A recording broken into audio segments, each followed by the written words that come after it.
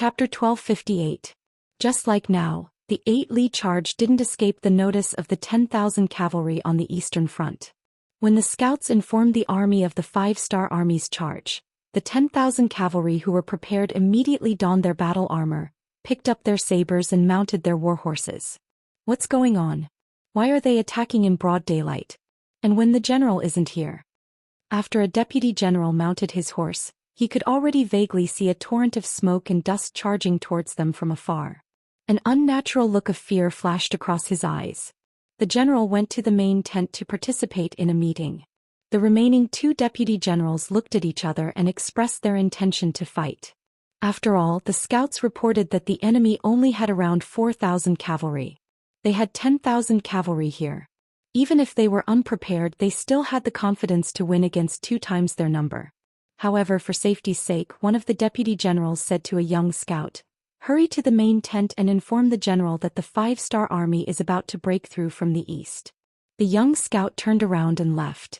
Around 5 minutes after he left, the 4,000 cavalry of the 1st Cavalry Division's 3rd Regiment appeared.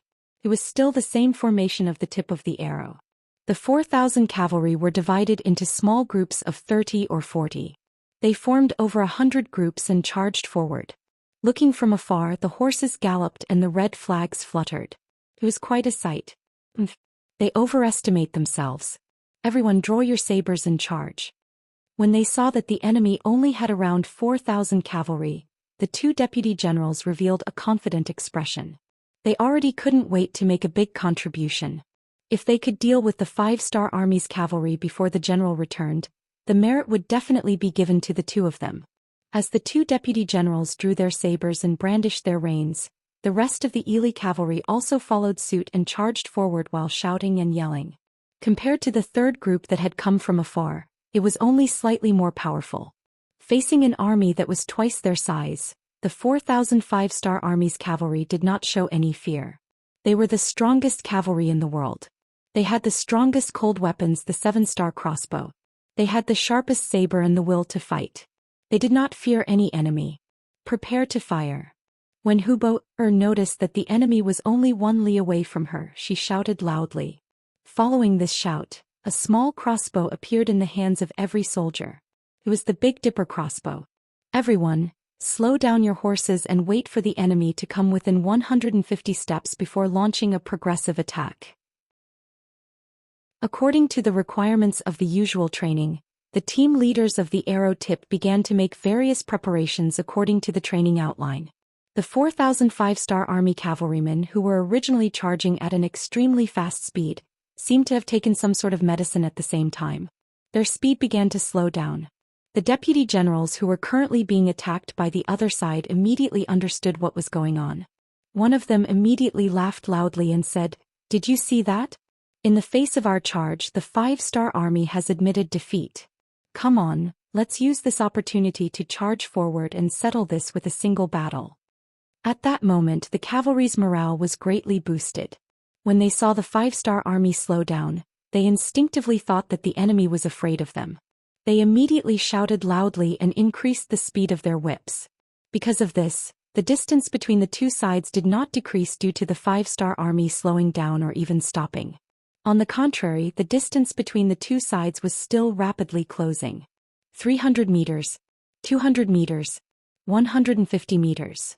As the distance between the 2 sides grew closer and closer, they could even clearly see the cold gleam of the enemy's saber under the sunlight. The distance between the 2 sides was less than 100 meters, and it was approaching the distance of 80 meters, 70 meters. "Fire!" Hubo shouted out loud. Following that, arrows were shot out like a swarm of locusts towards the charging enemy cavalrymen. At such a distance, the cavalrymen also began to reflect the arrows. In a cavalry battle, this often meant that close combat was about to begin. Most of the time, arrows were just the prelude to close combat, so no one took it seriously. Xiao xiao xiao. Xiao xiao xiao. Both sides shot back and forth. It seemed very lively, but the results were very different. The cavalrymen's arrows were blind. The only ones who were accurate were the sharpshooters. However, most of these arrows were dodged by the soldiers of the 1st Cavalry Division who were adept at horse riding. On the other hand, the crossbows of the 4,500 star troopers were indeed fixed-point attacks. Every crossbow shot had a clear target. In addition, they were already very stable with the mechanism in their hands. Moreover, they were shooting in parallel. Every arrow shot down was flying towards the target at high speed. It was as if they would not return until they had achieved something. The cavalrymen of the Yi army had never seen such a thing before. It was only when the 1,000 cavalrymen at the front were all hit by the arrows and fell from their horses that they finally realized the power of the 5-star army's archery. However, it was clearly too late for them to react. Now that they had entered the range of the Big Dipper crossbow, there was no way to save them. As more and more crossbow bolts were fired, more and more of the Yi cavalry were killed by the bolts or fell to the ground from their injuries. The so-called advantage in numbers had now become a living target for the 5-star army. The more people there were, the higher the probability of the arrows hitting the target, and the more cavalrymen fell from their horses. What's going on? When he realized that the number of cavalrymen at the front was decreasing and that he who was originally in the middle was about to become the vanguard, one of the deputy generals revealed a puzzled expression. In an instant this thought flashed through his mind. Before he could react, a crossbow arrow had already pierced through the air and headed straight for his head. It must be said that the deputy general was indeed different from normal soldiers. When he saw a black shadow approaching, he instinctively swung his sword. The crossbow arrow collided with the cavalry sword, and after a crisp ding sound, the arrow flew to the side. However, before the deputy general could react, another crossbow arrow flew over. Another crisp sound of collision sounded, and the crossbow arrow fell to the ground again. However, the third, fourth, and fifth crossbow arrow quickly followed. It was clear that the 5-star army's cavalrymen had noticed this deputy general's extraordinariness, and he became the target of their care. Facing the seemingly endless crossbow arrows flying towards him, the deputy general was shocked, but at the same time he could not understand. The enemy only had 4,000 cavalrymen, so how could they continuously fire crossbow arrows? The answer was that no one would answer him, and he would bring this question to hell. Perhaps there would be a kind-hearted person who would explain it to him. However, the reality was that after a few rounds of crossbow arrows, the deputy general finally couldn't dodge in time, and an arrow pierced his heart.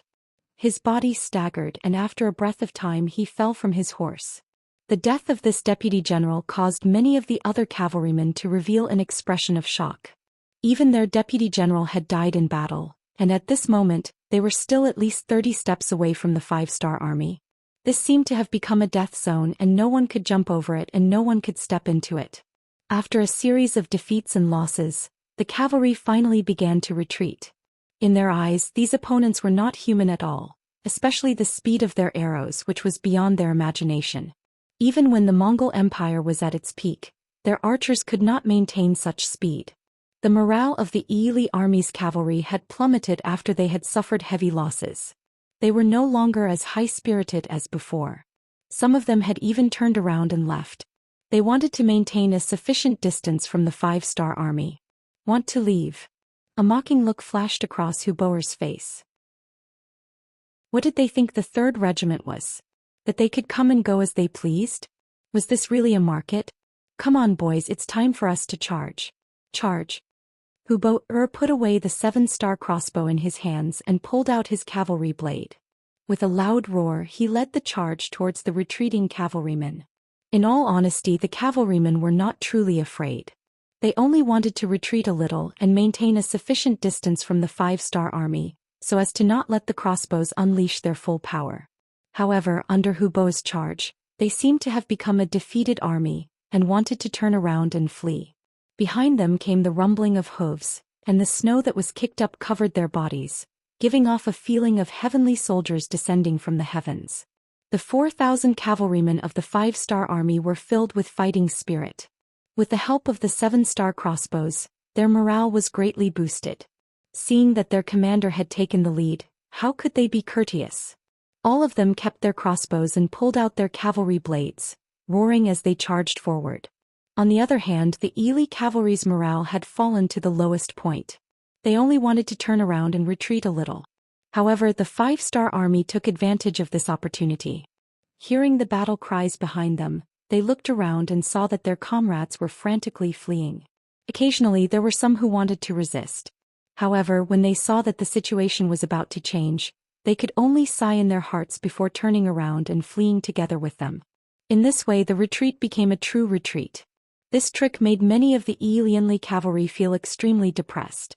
However, they did not have any way to turn the situation around.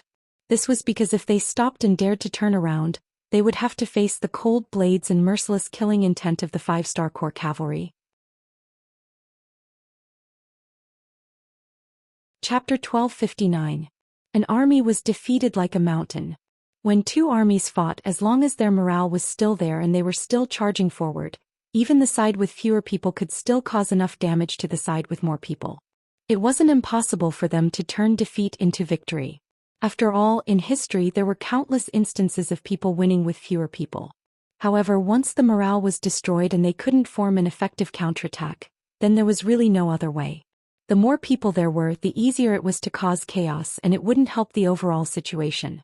Just like the 3 great battles during the liberation period, the reason why the national army was defeated was because their morale was at an all-time low. In the process of capturing captives, a squad could often capture 300 to 400 enemies, creating countless miracles. The current situation was similar to the national army fleeing in defeat. Without command, morale, and fighting spirit, the only thing the cavalry could do was to run. They didn't need to run too fast. As long as they were a little bit faster than their comrades, there would be a chance for them to escape with their lives. Everyone only cared about running away. No one thought about fighting and no one thought about resisting. That was tantamount to putting themselves to death. Only those who ran faster than them would benefit. With such a thought, those who could escape fled with all their might. Those who were slow simply threw away their weapons and knelt down to surrender. They had heard that on the battlefield, under normal circumstances, the 5-star army wouldn't kill any captives. After a series of attacks, only less than 3,000 of the 10,000 Ili cavalry managed to escape. Among them, the number of cavalry who gave up on escaping reached close to 5,000, far exceeding the number of the 3rd Regiment soldiers. In other words, there were only about 2,000 cavalry who were killed on the battlefield. This was the importance of morale and fighting spirit, and this was also the reason why they could win with fewer people. If these captives resisted with all their might, even if they couldn't win, they could still inflict heavy damage to the 5-star army. When people are united, Mount Tai will move. This sentence could be said by anyone, but when it came to the crucial moment, there were too few people who could do such a thing. Battalion commanders Hu and Lu, take 2 battalions with you to watch over the captives and clean up the battlefield. Collect as many crossbow bolts as you can. Hu Bo shouted to Hu He Lu, before leading the other 8 battalions to chase after the fleeing Ili Belly cavalry. According to the military plan, defeating the enemy in front of them was not their goal. Their true opponent was the 80,000 cavalrymen led by Ting Mushi. Following the defeat of the 10,000 Ili cavalry soldiers on the west side, the Ili cavalry soldiers on the east and north sides were also defeated by Commander Lu Duo of the 2nd Regiment and Commander Gong Feng of the 5th Regiment respectively. For a time, the battlefield was filled with scenes of the cavalry fleeing in disorder. Not far behind them, the soldiers of the 1st Cavalry Division, who were full of vigor and morale, were chasing after them. Within General Ting Mushi's tent, he was discussing with a few important generals on how to deal with the 5-star army. All of a sudden, scouts appeared one after another, bringing bad news. When he heard that the defensive lines on the east, west and north had been broken in just a short hour, Ting Mushi's face revealed a look of disbelief. That was 30,000 cavalrymen. Even if they were 30,000 pigs, they couldn't possibly be wiped out by the 5-star army in such a short time.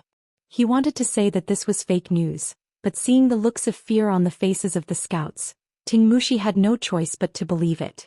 At that moment he broke out in cold sweat. Could it be that the strength of the 1st Cavalry Division was really that strong? With 80,000 cavalrymen they could not even suppress an enemy that was 5 times their number? Ting Mushi's thoughts were still wandering when another scout rushed into the tent, kneeling on one knee as he reported, "General, there are 5-star army cavalrymen outside the tent. They are challenging us. They even dared to come here?" At this moment, Ting Mushi's entire body was emitting a murderous aura. It was as though he had become a few decades younger. The demeanor and aura of an experienced general was completely released at this moment. Previously, because the enemy had suddenly attacked and the main general was not in the tent, the 5-star army had taken advantage of the situation and caught him off guard. However, now that he was here, the 5-star army still dared to come. Weren't they courting death? How many people did they send? Ting Mushi's expression was a little sinister as he asked with a murderous aura. Reporting to General, the enemy has about 4,000 people. Although the scout did not want to say this number, he had to report it truthfully because of his duty. 4,000? 4,000 ha? When he heard that there were only 4,000 cavalrymen, Ting Mushi could not help but laugh out loud. He had already retired from the army and returned home to live in peace for many years. How could his army be looked down upon like this? Currently, he still had 40,000 cavalrymen in his tent. If he included Tushi's cavalrymen, it would be a total of 55,000 people. The enemy only had 4,000 cavalrymen. How could they dare to provoke him? They were truly overestimating themselves. Or did they have something to rely on? At this moment, Ting Mushi fully displayed the demeanor of an experienced general. He quickly calmed down and waved his hand towards the generals in the tent. Let's go and see if this so-called 1st Cavalry Division really has 3 heads and 6 arms. Is it really invulnerable to swords and spears? The generals had been suppressing the anger in their hearts for a long time. The 5-star army's cavalrymen actually chose to attack when they were not in the camp. This made them think that the enemy was afraid of them. They believed that if they were in the camp earlier, the outcome of the battle would have been different. Now it was time to let the 5-star army know how powerful they were. Ting Mushi took the lead and the other generals walked out of the tent. They rode their horses to the outskirts of the camp. From afar they could see the 5-star flag fluttering in the wind. Although they were still far away, those who could become generals were all veterans. How could they not see through the enemy's strength? When they saw that the 5-star army only had around 4,000 people, they were all shocked. Could it be that they didn't know that there was a huge difference in strength between the two sides? Could it be that they had really come to throw their lives away? After the shock, everyone's gaze landed on Great General Ting Mushi. At this moment, Ting Mushi was emitting an indescribable anger. In his view, this was a provocation from the 5-star army. It was also a type of blasphemy. It was a type of disrespect to the cavalrymen. Since you want to die so much, I will let you know the price of doing so. Come, which general is willing to lead the troops to battle? Ting Mushi shouted in anger. This general is willing to go. A burly warrior stood up. His name was Mo Ku and he was a famous general in the Ili army. He was also one of the young men that Ting Mushi valued the most. Good. General Mo Ku is extremely courageous. I'll give you 5,000 cavalry. No matter what, you must eliminate the enemy in the shortest time possible. Ting Mushi's gaze landed on Mo Ku's face. There was excitement and expectation in his eyes. Understood. Mo Ku immediately cupped his fists in acknowledgement and went to gather the troops. The 5,000 cavalry were quickly prepared. Soon after, the war drums sounded. Mo Ku, who had shouted the word kill, took the lead and led the 5,000 cavalry to charge towards the 5-star military formation. Tushi appeared beside General Ting Mushi at some point in time and looked over. He did not know that the Ili army's 3 defensive lines had been broken. Thus, he was curious about what the 4,000 cavalrymen of the 5-star army wanted to do. Were they here to die? He envied Ting Mushi's good luck. There were actually people who took the initiative to come and die. If such a thing happened to him, how good would it be? It would be a great contribution. Tushi looked at Ting Mushi with envy. However, he quickly put away those thoughts. In his gaze, he saw the Ili army cavalrymen fall from their horses as if they were under a spell. Even the brave warrior Mo Ku only struggled for a moment before falling to the ground. After leaving behind nearly 2,000 corpses, the 5,000 cavalrymen retreated in less than an hour. From the moment they started to retreat, they did not even touch the blades of the 5-star army's cavalrymen. It's a crossbow. They have a weapon that can shoot crossbows continuously. One of the generals was very observant. He finally discovered the source of the problem and immediately shouted out loud. A weapon that can shoot crossbows continuously. Ting Mushi's eyes lit up when he heard that. This was definitely a good thing. Once the Ili army was equipped with such a weapon, where in the world could they not go? Who would be a match for them? He originally thought that the 5-star army was here to die. He did not expect that they would have such a weapon. Ting Mushi finally understood the whole story. Presumably, this was also the reason why the other 3 lines were broken in such a short time. The enemy has a crossbow that can shoot crossbows continuously. Tushi also heard the shout and his eyes lit up. Excitement enveloped his entire body. He was thinking that if he could snatch these crossbow bolts and present them to the king, it would definitely be a great merit. His position in the army would also rise. What a happy and glorious thing it would be. After a few breaths he made up his mind. He must snatch these crossbow tools. Even if he could only get a third of them, it would definitely be a great merit. Old General Ting, this one is not talented and cannot bear to see the Yili army suffer losses. I am willing to lead the army forward and make a military pledge that we will not return without victory.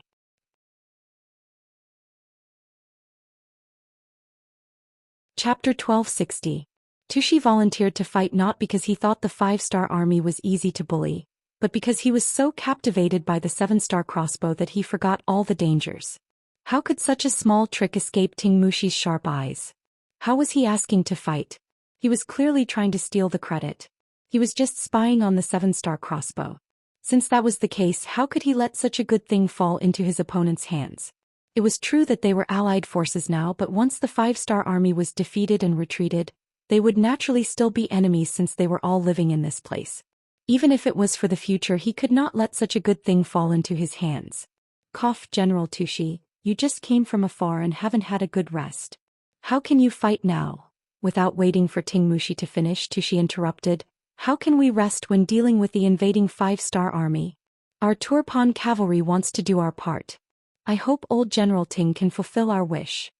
He even brought out the banner of the Turpan army to pressure Ting Mushi. It could be imagined that if he did not let Tushi fight, even if they won this battle, Tushi would probably complain to the 5-star army and point out his faults. Now was not the time to split. The most important thing was that the Big Dipper crossbows were indeed powerful. Someone needed to bear the risk. Seeing Tushi's firm attitude, Ting Mushi hesitated for a moment before nodding. Fine. However, according to the ratio, you can only send out 5,000 cavalrymen at most. Too many won't do. 5,000 was a little too little. Based on Tushi's intentions, it would be better if the entire army was mobilized. However, Ting Mushi had already made a concession. If he did not agree and angered Ting Mushi, he would not even have the chance to send out troops. Ting Mushi had no choice but to agree. Alright, 5,000 it is. I will go back and prepare. After Tushi left, Ting Mushi took the opportunity to give orders to the other generals. After naming 3 generals and giving each of them 5,000 cavalrymen, a confident smile appeared on his face again. His 15,000 cavalrymen and Tushi's 5,000 cavalrymen made a total of 20,000 cavalrymen, 5 times the number of the enemy. Even if the enemy had a powerful killing weapon like the Big Dipper crossbow, the advantage of numbers was not for nothing. He was confident that the victory of this battle would belong to him. About half an hour later, General Tushi arrived with 5,000 cavalrymen he had personally selected. These were the elites of the 15,000 cavalrymen. He had already instructed them that killing the enemy was secondary. The most important thing was to seize the enemy's crossbow weapons. Whoever seized one would be rewarded with a great merit and would be promoted by 3 ranks and rewarded with 100 taels of silver. Opposite Ili Bailey's army was Tae Mu-er's regiment, which was personally led by Division Commander Tian Hu. Tae Mu-er had just defeated 5,000 of the enemy's cavalry and killed 2,000 of them. Clearly he was still not satisfied. At this moment he saw that the enemy was constantly mobilizing their troops, but no one was rushing out. He said anxiously, Master, why aren't they coming out? Are they really afraid? Ah, of course they are afraid, but they will also come out. We only have 4,000 cavalry. This is why they are confident that they can win. As for why they are not attacking now, it is because they are mobilizing their troops. First Regiment Commander informed the soldiers to check their weapons. The battle is about to begin. Things were as Tian Hu had guessed. After the 15,000 cavalry from Bali and the 5,000 cavalry from Tulyafan had gathered, they opened the gates of the main camp and the 20,000 cavalry marched out. From afar they looked very imposing. If it was any other army with only 4,000 cavalry, they would have been so scared that their legs would have turned to jelly. How could they still talk about fighting? However, when the same thing happened to the soldiers of Bali's army, Their eyes were wide open and filled with murderous intent. They were the strongest cavalry in the world. They had the most powerful weapon in their hands, the 7-star crossbow. This was what they were relying on. So what if the enemy outnumbered them by 5-1? In a war, it was not certain who had more people. If that was the case, wouldn't the Great Ming Empire already be number 1 in the world? Moreover, these 4,000 cavalrymen were not alone. The other 3 regiments were also on their way. So much time had passed and they would arrive at any moment. Once the main forces converged, they would no longer be defending but attacking with all their might. At that time, the world's number 1 cavalry division would create another miracle on the battlefield. The 20,000 cavalry of the Allied army leaped out and began to form up in front of the main camp. After all, there were too many people and the distance between the two sides was only 3 li. If they did not form up properly, they would not be able to charge out. Just like that, after the time it took for 2 incense sticks to burn, the 20,000 cavalry formed a fan that was 10 li wide. Just like that, all 20,000 cavalry were sent out of the main camp. After the battle formation was set up, under Ting Mushi's orders, the war drums were beaten and the earth shook. Everyone listen to my orders. In this battle, no one is allowed to retreat before the gong sounds. Otherwise, you will be punished as a traitor. Before charging out, Ting Mushi had learned his lesson from the previous incident.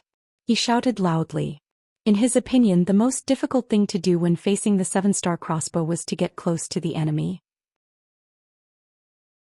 Once the two sides started fighting, their advantage in numbers would be displayed to the greatest extent. At that time, victory would belong to them. On the other hand, if everyone retreated, they would never be able to get close to the enemy. They would only become live targets and would not be able to escape the fate of being shot. Only advance and not retreat. This was the order that Ting Mushi gave to the 20,000 cavalry. Then, the war drums sounded and the 20,000 cavalry launched a fierce charge on the ground that was 10 li wide. The war horses raised their hooves, kicking up countless snowflakes on the ground. At this moment, the world seemed to have turned into a vast expanse of white.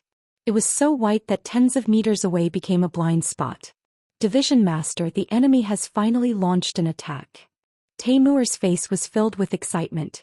Pass down the order. Split into companies and spread out on the same spot. Kill any enemy that tries to get close. At the same time, retreat as you fight. Don't fight head-on. Tianhu gave an order. After all, the disparity in numbers was too great. Once the enemy got close to them, it would be the 1st Cavalry Division's misfortune. Yes. Although Taimur also wanted to fight to his heart's content with the enemy, he also knew that the bigger picture was more important. There was no doubt that Tianhu's order was the most appropriate at the moment. While the enemy's line of sight was obstructed, they could change their battle formation. Pass down the order. Split into companies and get into a crossbow attack formation. Spread out quickly and retreat as you fight. Don't get close to the enemy. After Taimur gave the order, the well-trained 4,000 soldiers of the 1st Cavalry Division immediately split into 40 small teams. The distance between each team was not far and the battle line was constantly widening. The Alliance army charging from afar did not know this. They only knew that the enemy was right in front of them. As long as they could charge through the enemy's crossbow formation and engage in close combat, victory would definitely belong to them. Therefore, at this moment, there was only one thought in their minds, and that was to charge. Under the galloping of tens of thousands of horses, the rumbling sound was incessant. It was as if an earthquake was about to happen. The rumbling sound filled the ears of every rider. At this moment, everyone seemed to have forgotten about life and death. They only charged out of instinct. The distance of only 3 miles was nothing to the cavalry. As they got closer and closer to the 5-star army's camp, the sound of crossbow arrows piercing through the air came one after another. With their line of sight obstructed, the soldiers of the 1st Cavalry Division released their crossbows purely out of instinct. As long as they saw a moving figure rushing towards them, they would pull the trigger. The other soldiers hurriedly reloaded their crossbows when they had the time to ensure that their weapons could continuously attack and kill. Snow swirled in the air and blood splattered everywhere. There was a hint of red in the white and a hint of white in the red. This was like a painting, a ticket to hell. Amidst the snow, there were only flying crossbow arrows, flashing figures, and the urgent beating of the drums that they had to hear even if they didn't want to hear it.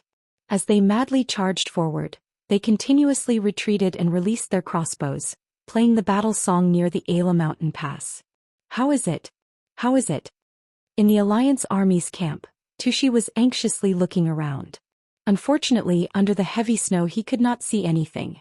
On the other hand, General Tengmuxi, who was not far from him, was obviously much calmer. He only squinted his eyes as he looked at the scene in front of him. General Tengmuxi had been on the battlefield for a long time. He had spent his entire life in blood and fire and was used to seeing big scenes. He had even commanded bigger battles before. However, he did not know why, but at this moment he was a little flustered. Perhaps it was because he could not see the situation clearly, or perhaps it was because he was afraid and did not understand the 7-star crossbow. As the saying goes, ignorance is the scariest. This is the truth. The battle was still going on. It had already been going on for close to an hour. The army had already gone far away. Other than the heavy snow under the hoof prints, nothing else could be seen. Why does it seem like they are moving towards us? It was unknown which young general said this unintentionally. It was this sentence that attracted everyone's attention.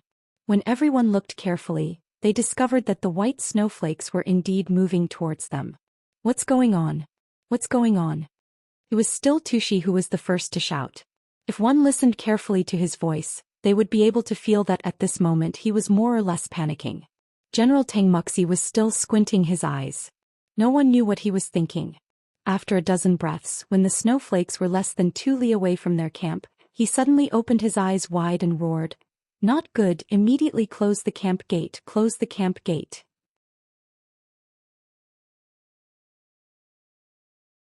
Chapter 1261. In his nervousness he shouted twice, but it was still the same order. Even so, the generals and soldiers at the side were still in a daze. They did not know why the old general would give such an order and no one carried it out. "Bastard, why aren't you closing the gate? The enemy cavalry is coming." Seeing that no one was carrying out his orders, Tengmuxi became truly angry. He shouted loudly once again, "Stop it! Stop it!" Not only that, Tengmuxi personally rode his horse and rushed to the camp 100 meters away. He reached out his hand to close the wooden gate. As expected of an experienced general, Tengmuxi's observation skills were extraordinary. Things were just as he said. The snowballs that were moving over were the main forces of the 1st Heaven Cavalry Division that were approaching from afar. Just a moment ago, the 1st, 2nd, and 3rd regiments had finished their respective battles and finally joined forces with the 5th Regiment. After a series of crossbow bolts, the cavalry of the Ili army, which had been mostly wiped out by the 5th Regiment, was finally defeated. Then, under the command of Division Commander Tian Hu, they charged in the direction of the Ili Cavalry Division's camp. Due to the heavy snowfall, all the soldiers were covered in a layer of white snow, which made it the best camouflage. Even though they were very close to each other, the enemy did not raise any vigilance. If Tengmuxi had not been fighting for a lifetime and had a natural insight and judgment on the battlefield, he would not have been able to make such a judgment. Unfortunately, although he had seen through it because of the lack of time, no one carried out his order. He might as well use his actions to prove everything. General Tengmuxi was best at defense and this camp was run by him like an iron bucket. Once the gate was closed, even if the world's #1 army wanted to enter, they would have to pay a heavy price. Tengmuxi, who was using all his strength to push the wooden gate, suddenly froze when he heard this sound. Then blood flowed out from the corner of his mouth. An arrow came from afar and hit him in the back. Although it was not fatal, it drained a lot of his strength and injured him. Old General. The scene of Tengmuxi standing in front of the wooden door after being hit by the arrow was seen by many people. At this moment, everyone finally regained their senses and understood why the old general had given such an order. However, the best opportunity had already been missed and it was too late to remedy it now. On the battlefield, any change could directly determine the outcome of the battle. Just like at this moment when everyone was riding their horses towards the wooden door, a few more crossbow bolts flew through the air. When they were less than 120 steps away, almost all of the bolts hit their targets.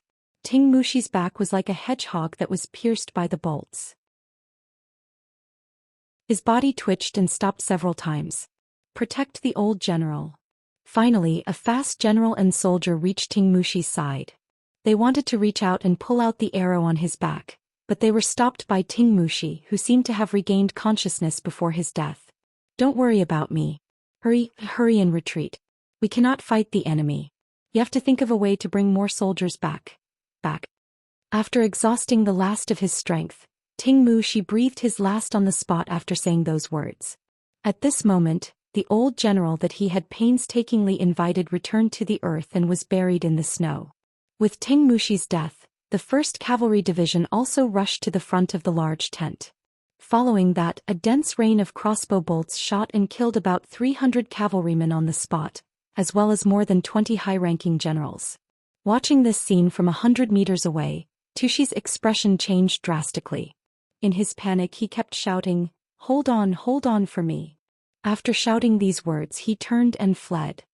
He did not even care about the army and only brought a few dozen of his personal guards to escape from the back of the camp. Tushi was not the only one who fled. Some soldiers who reacted quickly also saw that the 1st Cavalry Division's cavalrymen had already rushed into the large tent. When they saw the sky full of crossbow bolts shooting from afar, and when they saw that the cavalrymen in front of them did not even have the chance to wave their swords before they were killed by the bolts, the entire camp was in chaos. With the death of their general, the morale of the army was completely destroyed.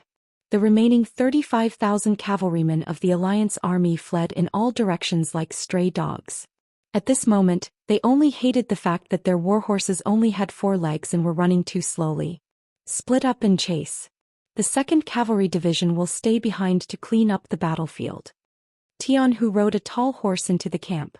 When he saw the corpses of the enemy cavalrymen who had died from the crossbow bolts, as well as the captive cavalrymen who had already knelt down and surrendered, he immediately gave the order to fight. The 2nd Cavalry Division's mission was the most important. They had paid the most to deal with the 20,000 Ili cavalrymen north of the Ayla mountain pass. At this moment they naturally had to stay behind to clean up the battlefield. In the 1st Cavalry Division, Tian, whose orders were equivalent to Yang Qindong's orders. No one dared to disobey. Immediately, other than the 1st, 3rd and 5th Cavalry Divisions that went in 3 different directions to chase after the enemy, the only ones left in the camp were the 2nd Cavalry Division's soldiers, the captives and the corpses of the Alliance army. Of course, because they had been defeated too quickly and too hastily, the Ili army's money, rations and weapons were all left in the camp for future translocations. When the 2nd Cavalry Division's 2nd Cavalry Division's Lu Duo saw the large storehouse, he excitedly came to Tiger's Mane. "Division Commander, the money, rations and supplies are all here. We did not lose anything. These things are enough for our division to eat for a year." "Good, send the report of victory to the 6th Young Master. At the same time, ask for instructions on what to do with these spoils." Tian, whose face was filled with satisfaction. With the help of the Big Dipper crossbow, they had made a name for themselves as the #1 cavalry division in the world. From now on, whenever they mentioned their army, their enemies would be afraid of them. The heavy snow still showed no signs of stopping. The 5-star army used the heavy snow to achieve their goal of surprise attack. At the same time, many of the Alliance army's cavalrymen also used the heavy snow to escape. The heavy snow quickly covered the tracks of their fleeing horses, so the pursuit was not too smooth.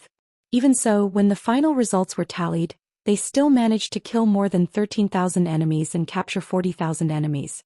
This meant that out of the 95,000 enemies, not even half of them had escaped. Among them, more than 30,000 of the Ili army had escaped, more than 10,000 of the Turpan cavalry had escaped, and the rest were either stragglers or deserters whose whereabouts were unknown. When the telegram was sent to Yang Qindong, who was in the Turpan palace, he couldn't help but laugh.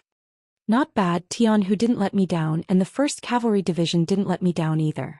Reply: the 1st Cavalry Division has collectively achieved first-class merit. Order them to be on standby and wait for the rear army to take over. "Yes." Beta Persei, who was standing at the side, excitedly replied, then turned around and strode away. Yang Qindong, who was left behind, looked in the direction of the tower outside the palace and muttered in his heart, "Bullshit 5-star army, I'm fighting the Alliance army." On the tower outside the city, the siege continued. It was personally led by He Kagan, who had his nose dug out by the 5-star army. It seemed that he wanted to take revenge for the humiliation of that day. Under his organization, the momentum of the siege was very fierce. Often, when a 1,000-man team was beaten back, another 1,000-man team would take their place and charge forward. They had been fighting for half a month and the 10,000 infantrymen in his hands had been used up. Now the ones charging were the 5-star army, which had changed from cavalry to infantry. It seemed that everyone knew what it meant to take down Turpan City. Each country took out 5,000 soldiers who had changed from cavalry to infantry, and handed them over to Hikagan to command. This made the siege even more fierce. Not only that, Yeshen also used all the cannons he had obtained over the years, either by robbing or buying. They gathered them together and attacked the West Tower fiercely, as if they wanted to destroy the city. The Baiming army's cannons were naturally not as powerful as Yang Qindong's cannons, but their power was not to be underestimated. The bombardment that had been going on since yesterday had indeed caused a lot of pressure and damage to the defense of Turpan City. When Beta Persei heard the sound of the cannons, he personally went to the tower. After seeing that many of the walls had been blown open, his face was full of worry. This won't do. If this goes on, it's only a matter of time before the city falls. For the sake of the young master's safety, I have to force it. Beta Persei, who had gone down the tower, had already made up his mind. He must take Yang Qindong away from here. He believed that with nearly 20,000 Mongolian cavalry and 2,000 strong black cavalry, if they suddenly attacked at this time, there was still a high chance that they could escape. As long as the young master was fine, even if they lost Turpan City, what was the big deal? Beta Persei, who had made up his mind, first went to find General Song and the Black Cavalry's 1st Brigade leader Qiu Vi and 2nd Brigade leader Dao Xiao. The four of them quickly came to a consensus and then went to the palace. When they arrived at the palace, they could not find Yang Qindong. After asking some people, they found out that Bugnam of Gojosian was in the back room. Let's go to the back room. After Beta Persei asked for the location, he went to the back room with everyone. When they arrived, they saw the Black Cavalry's 1st Brigade Deputy Brigade Leader Ba Daojiang commanding the people to carry something out of the back room. What's going on? Beta Persei and the others still did not see Yang Qindong and could not help but ask in confusion. Oh, the 6th young master is commanding everyone to carry the cannons outside. Huh. At this moment, Ba Daojiang's face was filled with an excited smile. At this moment, a gust of wind blew by and blew a piece of black cloth off, revealing the pitch-black 100mm mortar underneath.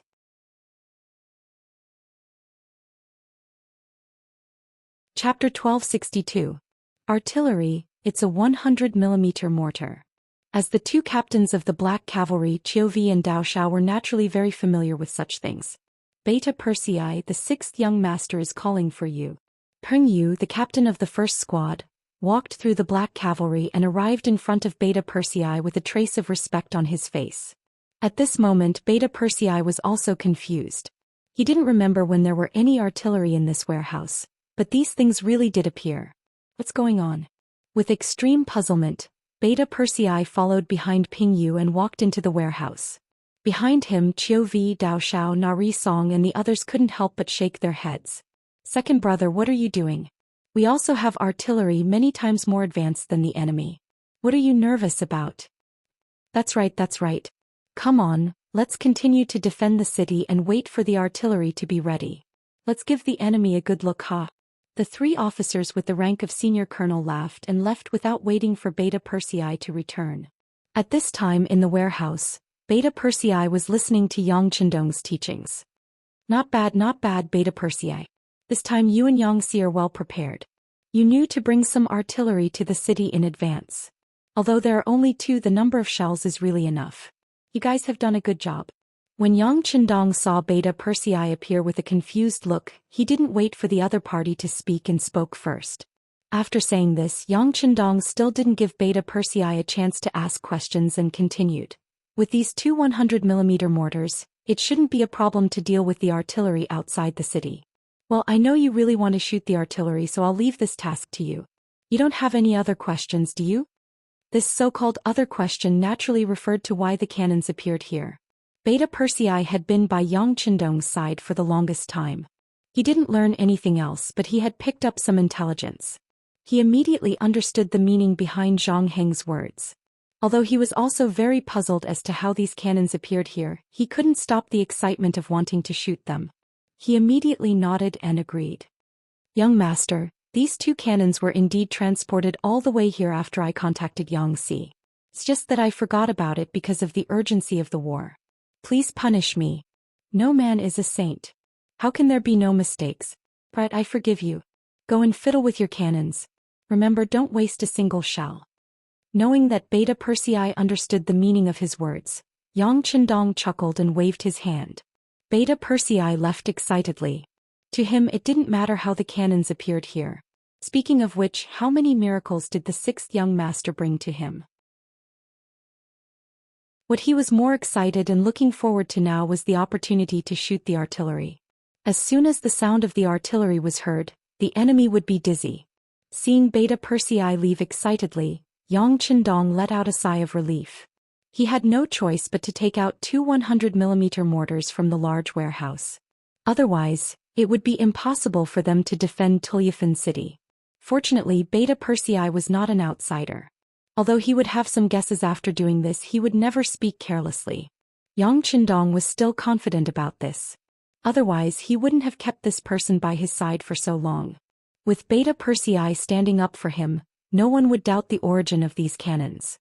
He could also breathe a sigh of relief and return to the palace to take care of the formation.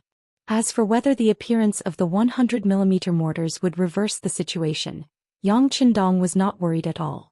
If he couldn't defend Turpan City even after taking out such a trump card, he might as well stop the expansion and immediately return to Xianxia City to retire. Outside Turpan City, the scene of artillery fire was still raging. When they saw pieces of the city wall peeling off as the cannons fired, the generals of the 5-nation coalition laughed heartily. Originally, it should have been easy to take down Turpan City, which was only guarded by 20,000 cavalry. They had the advantage of military strength, plus the people in the city knew that they were coming, so they should have responded. Under internal and external troubles, Kagan gave him 3 days at the earliest. He was confident that he would be able to take down Turpan City in 3 days at the latest. But when it came to fighting, it was completely different. At some point, many young men in civilian clothes suddenly appeared on the city gate tower. They actually raised pillows, pushed boulders, and splashed kerosene to counterattack. At first, Kagan wanted to stop the attack. He thought that the people were forced to do so by the 5-star army. He shouted loudly, telling the people not to listen to the 5-star army. He even urged them to open the city gate from the inside and let them in. However, such shouts were quickly suppressed by the bows and arrows of the Mongolian soldiers led by Narisong. If it wasn't for the distance, one of the arrows could have hit Kagan. This angered the other party. Kagan loudly shouted that these people were fools. He also said that once the city was breached, he would teach these people a lesson for helping the 5-star army defend the city. This was like poking a hornet's nest. Originally, the people only worked for the sake of money, but now they had no choice but to fight for themselves. Perhaps after the city tower was breached, the people who helped to defend the city might not be exterminated. However, there was one thing that could not be changed, and that was that the money they had received would be taken back. How could they give back what they had received? Just based on this, the benefits of these people were completely tied to the 5-star army. At this moment, they had no other choice. They could only fight to the death. When they saw the enemy's cannons continuously bombarding the city gate tower, the destruction was extremely great. The skin of the city walls was peeling off, and a hole was about to be blasted open. Many of the people defending the city became nervous. Right now, they were just like the 5-star army. In fact, they were even more anxious than the 5-star army. This was because once the city gate was breached, the 5-star army could still charge out. However, they would not even have the chance to escape. Thus, many of the people went to the palace together. They were prepared to petition Bugnam of Zhou Xian and ask him to protect the city. For this, these people were willing to do their best. On their way forward, they happened to see Yang Air and the others carrying 2 pitch-black iron objects, as well as several large wooden chests out of the city. "What are you doing?" Seeing so many people blocking the way, and most of them were young men, Beta Persei frowned slightly. With a wave of his right hand, the 500 black cavalry immediately spread out in a defensive formation. These 2 cannons and 20 boxes of ammunition were treasures in Beta Persei's eyes. He would never allow anyone to have any ideas about them. The murderous aura of the black cavalry immediately shocked the people on the opposite side. They were all at a loss for what to do and some didn't know what to do. Fortunately, there were still some bold people in the crowd, such as the young man Tumu who had repeatedly performed well. He wasn't so scared that he didn't dare to make a sound, but his voice wasn't very loud either. General, what are you doing? Don't worry about what we're doing. Let me ask, what are you doing? You're called Tumu, right? I'll let you say it. Beta Persei still remembered this young Turpan man who had performed well on the first day and immediately pointed to him. Now that he had a chance to speak, Tumu told the truth. General, the city is in danger. We want to petition Bugnam of Zhou Xian and ask him to send troops to defend the city. Hearing that they wanted to petition to defend the city and not have any ideas about his cannons, Beta Persei's expression immediately became much better. Oh, so that's what you mean. Okay, then you don't have to go. Didn't you ask us what we were doing just now? Then I can answer you now. Do you see what we're moving? These are cannons specially used to help everyone defend the city. Cannons? They're so small. Although Beta Persei's words were very confident, in the eyes of these young people, they were not very optimistic. They had seen the cannons of the Five-Nation Coalition army on the city tower before. Each one was bigger than the other and their power was so amazing. The two cannons in front of them were so small that two people could carry them. They really couldn't imagine how powerful they could be. At this moment, Beta Persei didn't know whether to cry or laugh at being underestimated. Okay, there's no need to explain anything to you now. Just watch our actual actions in a while. Come on, let's move on. Some things could not be described with words, just like the power of a 100mm mortar. But Beta Persei believed that once the cannons were fired, the power they emitted would definitely shock everyone. At that time, facts would be more effective than 1,000 words. Beta Persei said so confidently that the people could only follow behind him, regardless of whether they believed it or not. They soon arrived at the West City Gate, then began to set up the cannons and adjust the cannon ruler. Beta Persei personally did the work of adjusting the cannon ruler. He was one of Yang Qindong's direct disciples. He really put a lot of effort into it. Now was the time to put it into practice. How could he let others do it? Everyone looked on helplessly as Yang Air stretched out his thumb and measured the direction of the wind. He was so busy that he couldn't be happier. At the Walla artillery position outside the West City Gate, all 100 cannons were placed here at the moment. It was obvious that Yeshen was going all out to take down Turpan City. In his opinion, this was an excellent opportunity to capture Yang Qindong alive. He would never miss it.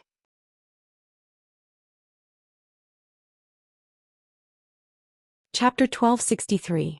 In order to prevent the enemy from abandoning the city and fleeing, under his coordination, every gate of the city was guarded by the cavalry of the 5 allied nations. This was to ensure that the 5-star army would either not leave the city, or once they left the city, they would be stopped and intercepted by the strongest forces. Yang Qindong, oh Yang Qindong, let's see where you can escape to this time. Continue to fire the cannons. Blast them to death. Yeshen rode on his horse, his voice carrying a murderous aura, but his face was full of joy. It was obvious that he was very satisfied with the current situation. Just like how Yang Qindong was sent to rescue the 1st Cavalry Division at the Ayla Mountain Pass, Yeshen's move of sending his 100,000 troops was not just to defeat the 5-star army. Can't he see that Yang Qindong is dividing the combat power of the 5-star army? But he did it anyway so that he could surround Turpan and give himself a chance to take the head of the general in the midst of an army of 10,000. Now that the opportunity was about to present itself, how could he not be excited? How could he not be excited? How could he not be happy? The cannons were still firing. Due to some quality issues, more than 10 of the 100 cannons had been turned into duds, and a dozen more were about to come to an end. However, he didn't care about these things. All he wanted was to take down Turpan City and kill Yang Qindong. Of course, it would be best if he could capture him alive. He could probably exchange this person for a lot of good things that he wanted. At that time, without the 5-star army holding him back, he would be invincible on the grasslands once again. It was unknown what he thought of, but a smile flashed across his face. At this moment, he also had the potential to become a mental patient, to the extent that when the deputy generals at his side saw this appearance, they unknowingly distanced themselves a bit, each of them carrying a cautious expression on their faces. Inside the city, after a series of operations, Yang Air was ready to fire the cannons. He chuckled and waved at the Black Knight Dragon guards not far away. Come on, bring me a box of cannonballs. These were the treasures of the 5-star army. Due to the lack of technology and raw materials, the production of cannonballs had always been extremely complicated. It was already considered good if 2 or 3 out of 10 cannonballs were up to standard. There might even be some duds, which was something that couldn't be bought with money. This was also one of the main reasons why the 5-star army had to increase the number of cavalry units. Once cannonballs could be used freely one day, it would be much easier for them to fight battles. There were 6 cannonballs in one box, a total of 10 boxes. Looking at the golden cannonballs, Beta Persei had a dazed look on his face. Brothers, it's up to you. Don't let them be duds. Of course, Beta Persei did not know that these were all taken out by Yang Chendong from the big warehouse. There was no problem with their quality, and it was even more impossible for them to be duds. Fire. Under Beta Persei's shout, the cannonball was loaded into the barrel. Then with a long whistle, a seemingly invisible flame rushed out of the barrel and shot towards the Walla army's artillery positions outside the city. Compared to the beaming red barbarian cannons that could only hit 200 to 300 meters away, the mortar cannons had a range that could kill the enemy in minutes. It was like a knife versus a pair of scissors. They were not on the same level at all. The Walla artillery positions outside the city were surrounded by majestic Walla cavalry. Considering the power of the cannons and the threat they posed to Turpan's towers, Xianxia ordered more than once that they had to be on high alert. They had to be constantly on guard against the 5-star army's cavalry rushing out. Once this place was destroyed, they would lose a very important trump card. Therefore, those who were assigned to stand guard here were all elite veterans with eagle eyes, the strength of a bear and the morale of a tiger. But even if they were powerful cavalry, in the face of the cannons falling from the sky, they had no effect at all. The so-called defense was just like paper. When the cannonball fell, they didn't even have time to react or dodge. Because no one thought that there would be cannons in Turpan, and they didn't even know how much more advanced they had. Boosh, boom. The cannonball fell from the sky and accurately landed in the center of the red barbarian cannons.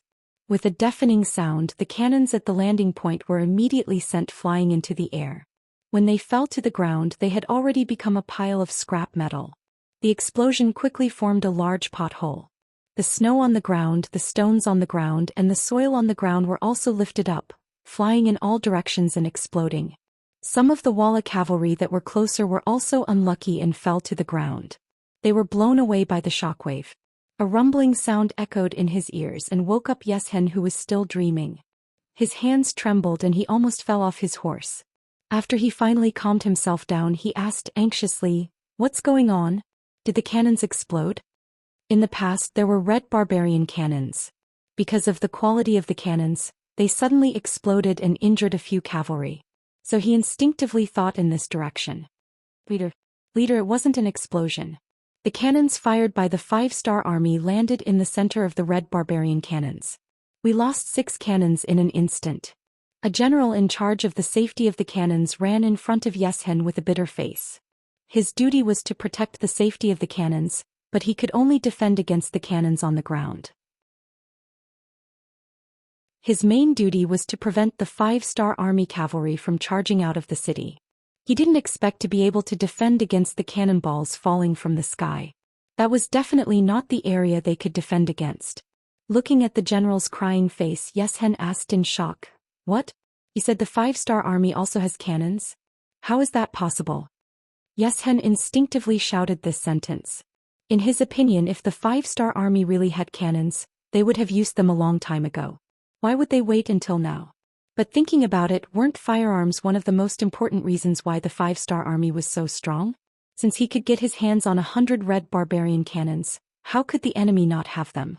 In his heart he hated Yang Chendong's calmness. Only now did he take out the cannons and use them. He really could keep his composure.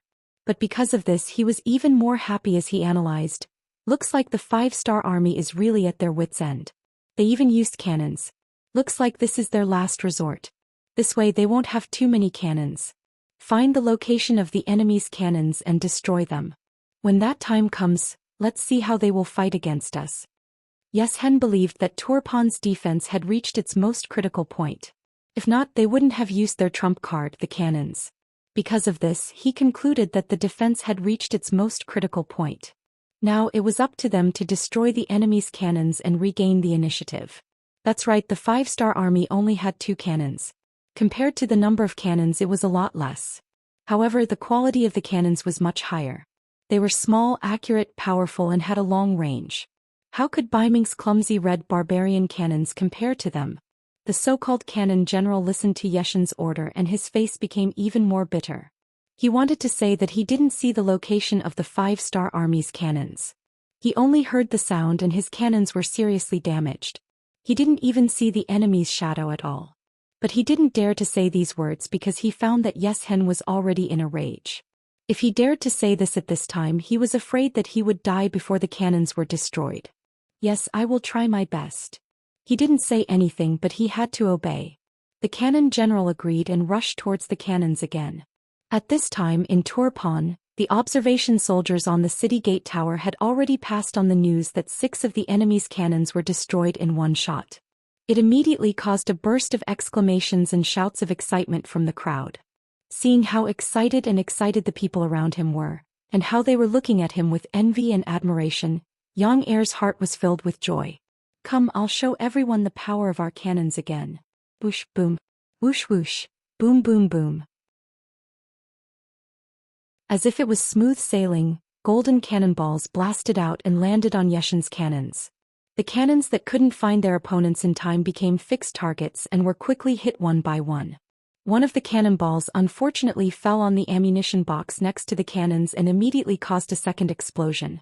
The destruction caused in that instant destroyed the remaining Baiming red barbarian cannons. Not only that, dozens of cavalrymen around were not much better. They were injured by iron shrapnel and fell off their horses one by one. The cannons became a sea of fire and then became a ruin. Without the support of the cannons, the siege couldn't help but stagnate. More young men and women of Turpan rushed up the city gate tower again, using the advantage of the high ground to launch a strong counterattack. What's going on? He Qijen asked the others to command in his place, then came in front of Yeshen and asked aloud. There was no need for an answer. Just by looking at the sea of fire that was still burning, it was clear at a glance. Are the cannons of the 5-star army that powerful? Did anyone see where they came from? Will they still fire at us? In a short period of time, He Qijen asked 3 consecutive questions. The first question naturally didn't need to be answered. Facts spoke louder than words. The second question was basically answered. The cannons came from within the city. Just from this point alone, the attack range of the 5-star army's cannons couldn't be compared to the destroyed red barbarian cannons in their hands. As for the third question, no one could answer. Perhaps only Yang Qindong knew whether the 5-star army would fire or not.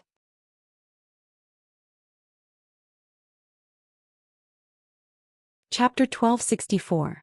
He Kagan's expression turned ugly when he didn't receive any news. He originally thought that victory was in the bag. With the addition of the cannons, he was even more certain of victory. However, as the 5-star army started using cannons, the outcome became uncertain. Why don't we retreat first? This Turpan city is a tough nut to crack. Why don't we find a chance to fight them on the plains? After a short moment of silence, Kazakhstan's Kale tentatively expressed his opinion. He had already received information that an elite force of the 5-star army was approaching Turpan city. At the same time, the battle at the Ayla mountain pass that was previously agreed upon did not seem to be going well. This made him realize how strong the enemy was. No wonder they needed the 5-star army to fight. Of course, if Kale knew that the so-called battle was already in name only. Apart from the 100,000 Walla army that could still hold on, the other 3 armies had already been defeated. He probably wouldn't have asked this tentatively. Instead, he would have made this suggestion without hesitation. After all, they had worked so hard for so long. Moreover, after the bombardment of Turpan city, there were indeed some areas that were in danger of collapsing. It would be a pity to give up now. In the end, He Kagan, who had an extreme personality, or perhaps it was more accurate to say that he hated the 5-star army to the bone, made the final decision. Continue to attack. Attack for 3 more days. If it still doesn't work, then we can retreat. After working so hard for so long and seeing that success was at hand, he was unwilling to retreat now. Because of this, he thoroughly hated the citizens of Turpan. This was because he had already discovered that it was these citizens, especially some young and strong men who had climbed up the city walls. There were also some retired soldiers who helped to defend the city. This was why his attack was stopped and he couldn't succeed. This was the benefit of Yang Qindong using money to buy people. If it was said that in the beginning they were working for the five-star army for money, then now it was for themselves. These days, whether it was those who died in battle, those who were injured, or those who were still defending the city, they had saved up a large amount of silver. Even if it was just for this money, they had to defend Turpan city well and not let the 5 allied armies come in and snatch the fruits of their victory. At this moment in Turpan city, a group of people were cheering loudly, all of them revealing radiant and sincere smiles. Originally, they were worried that the Walla army's cannons would pose a threat to them, but when the 5-star army took out their cannons, they finally witnessed the power of cannons. They were more confident in defending the city and naturally they were more confident in protecting their own property. Seeing how powerful the cannons of the 5-star army were, many citizens couldn't help but suggest excitedly, "Why don't we fire these cannons into the enemy's camp? That way we won't have to do anything and the city will be completely defended, right?" Well, hearing that someone was thinking about the cannons, Beta Persei immediately gave a decisive refusal. For him, these cannonballs were like the roots of his life. Although shooting them out now could cause chaos in the 5 countries' coalition forces and solve the crisis of the city being besieged, this was not the young master's intention. In his opinion, it should not be the right time. Since Yang Qindong didn't have this intention, how could Beta Persei make a decision on his own? Everything was still waiting for the order to be given. As the saying goes, good steel should be used on the blade. The cannons finally stopped firing. Xian wanted to use the cannons because they were all blown up, so he couldn't use them anymore. The 5-star army deliberately held back. Xian and the others didn't know about this. After watching the cannons being razed to the ground, he led the cavalry out of the camp and stood scattered outside the city. Because he wasn't sure if the other side would bombard the barracks. If so, how could they fight this battle if they couldn't even see the shadow of the enemy's cannons? Xian was even ready to retreat at any time. But after waiting for more than an hour, he didn't hear the sound of cannons. His originally fearful face slowly calmed down. It seems that the 5-star army doesn't have a lot of cannons. That's good, there's a possibility to continue fighting. Beta Persei regarded the cannons as his lifeblood, which caused Xian to misunderstand. This also meant that they were destined to receive a bloody lesson soon. Without the addition of cannons on both sides, the war returned to normal, and the siege of the city continued with cold weapons. With the support of the 40,000 strong men in Turpan, it wasn't that easy for the 5 Alliance army, which didn't have much military strength, to break through. For a time both sides fell into a deadlock. Also in a stalemate was Walla's 90,000 strong army and the 5-star army's cavalry. Mu brought 70,000 troops and logistics to the vanguard camp. After meeting up with them, he knew everything that had happened. Regarding the fact that he couldn't break through the defensive formation of the 5-star army, nor could he rescue the 10,000 Turpan cavalrymen led by Arifu who had tipped them off, Mu didn't feel any guilt. This wasn't part of the battle plan and he had no obligation to save them. On the contrary, Mu was distressed by the loss of 6,500 cavalry in the first battle. The original Vala army was very powerful, and even the great Khan Tuachuo Buhua had fallen under their blades. But ever since Yang Qindong suddenly appeared and the 5-star army entered the grasslands, the situation immediately changed. The Walla army lost every battle they fought and their losses were reduced. Now that they didn't even have a place to stand, wanting to replenish their manpower became an extremely extravagant matter. This was why every single fighting force in the camp was so precious. Meanwhile, just a single attack actually cost them 6,500 cavalry. This was truly something Mu didn't expect, and it also made him understand even more clearly how terrifying the 5-star army was. Even though he had 90,000 cavalry in his hands, according to the information from the scouts, the 5-star army didn't even have 50,000 men. With the advantage in numbers, he had confidence in beating back the 5-star army in a frontal battle. However, the consequences of doing so would undoubtedly be great. The best result would be a heavy blow to the 5-star army's cavalry, making the other side lose 50,000 men. Compared to the disastrous losses he would suffer in the end, this kind of result was clearly not what Bo Mua wanted to see. In comparison, the 5-star army was clearly much more valiant. They had an extremely stable rear and an extremely stable source of recruits. However, losing 50,000 men wasn't a big deal at all. This was the benefit of having a strong rear. It was a pity that even though he could clearly see all of this, Xianxia just couldn't learn it. He didn't understand production at all, nor did he know how to manage the people's hearts. Even if he was given a territory, it would only give him a fixed goal. He definitely wouldn't be able to become like Yang Chendong, expanding his influence and stabilizing it. Perhaps this was the difference between them. The starting point was completely different and it would directly lead to a completely different outcome. We can't fight head-on. After a sigh, Bo Mua made an extremely helpless decision. Then are we just going to watch the 5-star army run wild in front of us like this? Bian Qin, who had just suffered a defeat, had an expression of unwillingness on his face. Let's wait a little longer. He didn't take the initiative to answer this question, instead choosing to evade it. Bo Mua wanted to report the situation here to leader Xianxia, who was at the foot of Turpan, and wait for the final result. Now that both the Yirqiang and Turpan cavalry had been defeated, it seemed like this battle was already over before it even started. However, it wasn't that there wasn't any hope. For example, there were still 80,000 Ili cavalry at the Ala mountain pass. Perhaps that would become a new counterattack point. If they could deal with the surrounded 1st Cavalry Division and continue east, they could try to launch a pincer attack on both sides. It wasn't that Bo Mua was stupid to place his hopes on the 80,000 Ili cavalry, but it was because of the lack of information. It could be imagined that if he already knew that his allies had been defeated and had been defeated so miserably, he probably wouldn't continue to wait here. He might even turn around and flee without asking for permission from Xianxia. Bo Mua needed to ask for permission, and he still had a trace of hope in his heart. However, he didn't know that the 30,000 soldiers of the foreign race's 1st Army were currently rushing over from the northeast.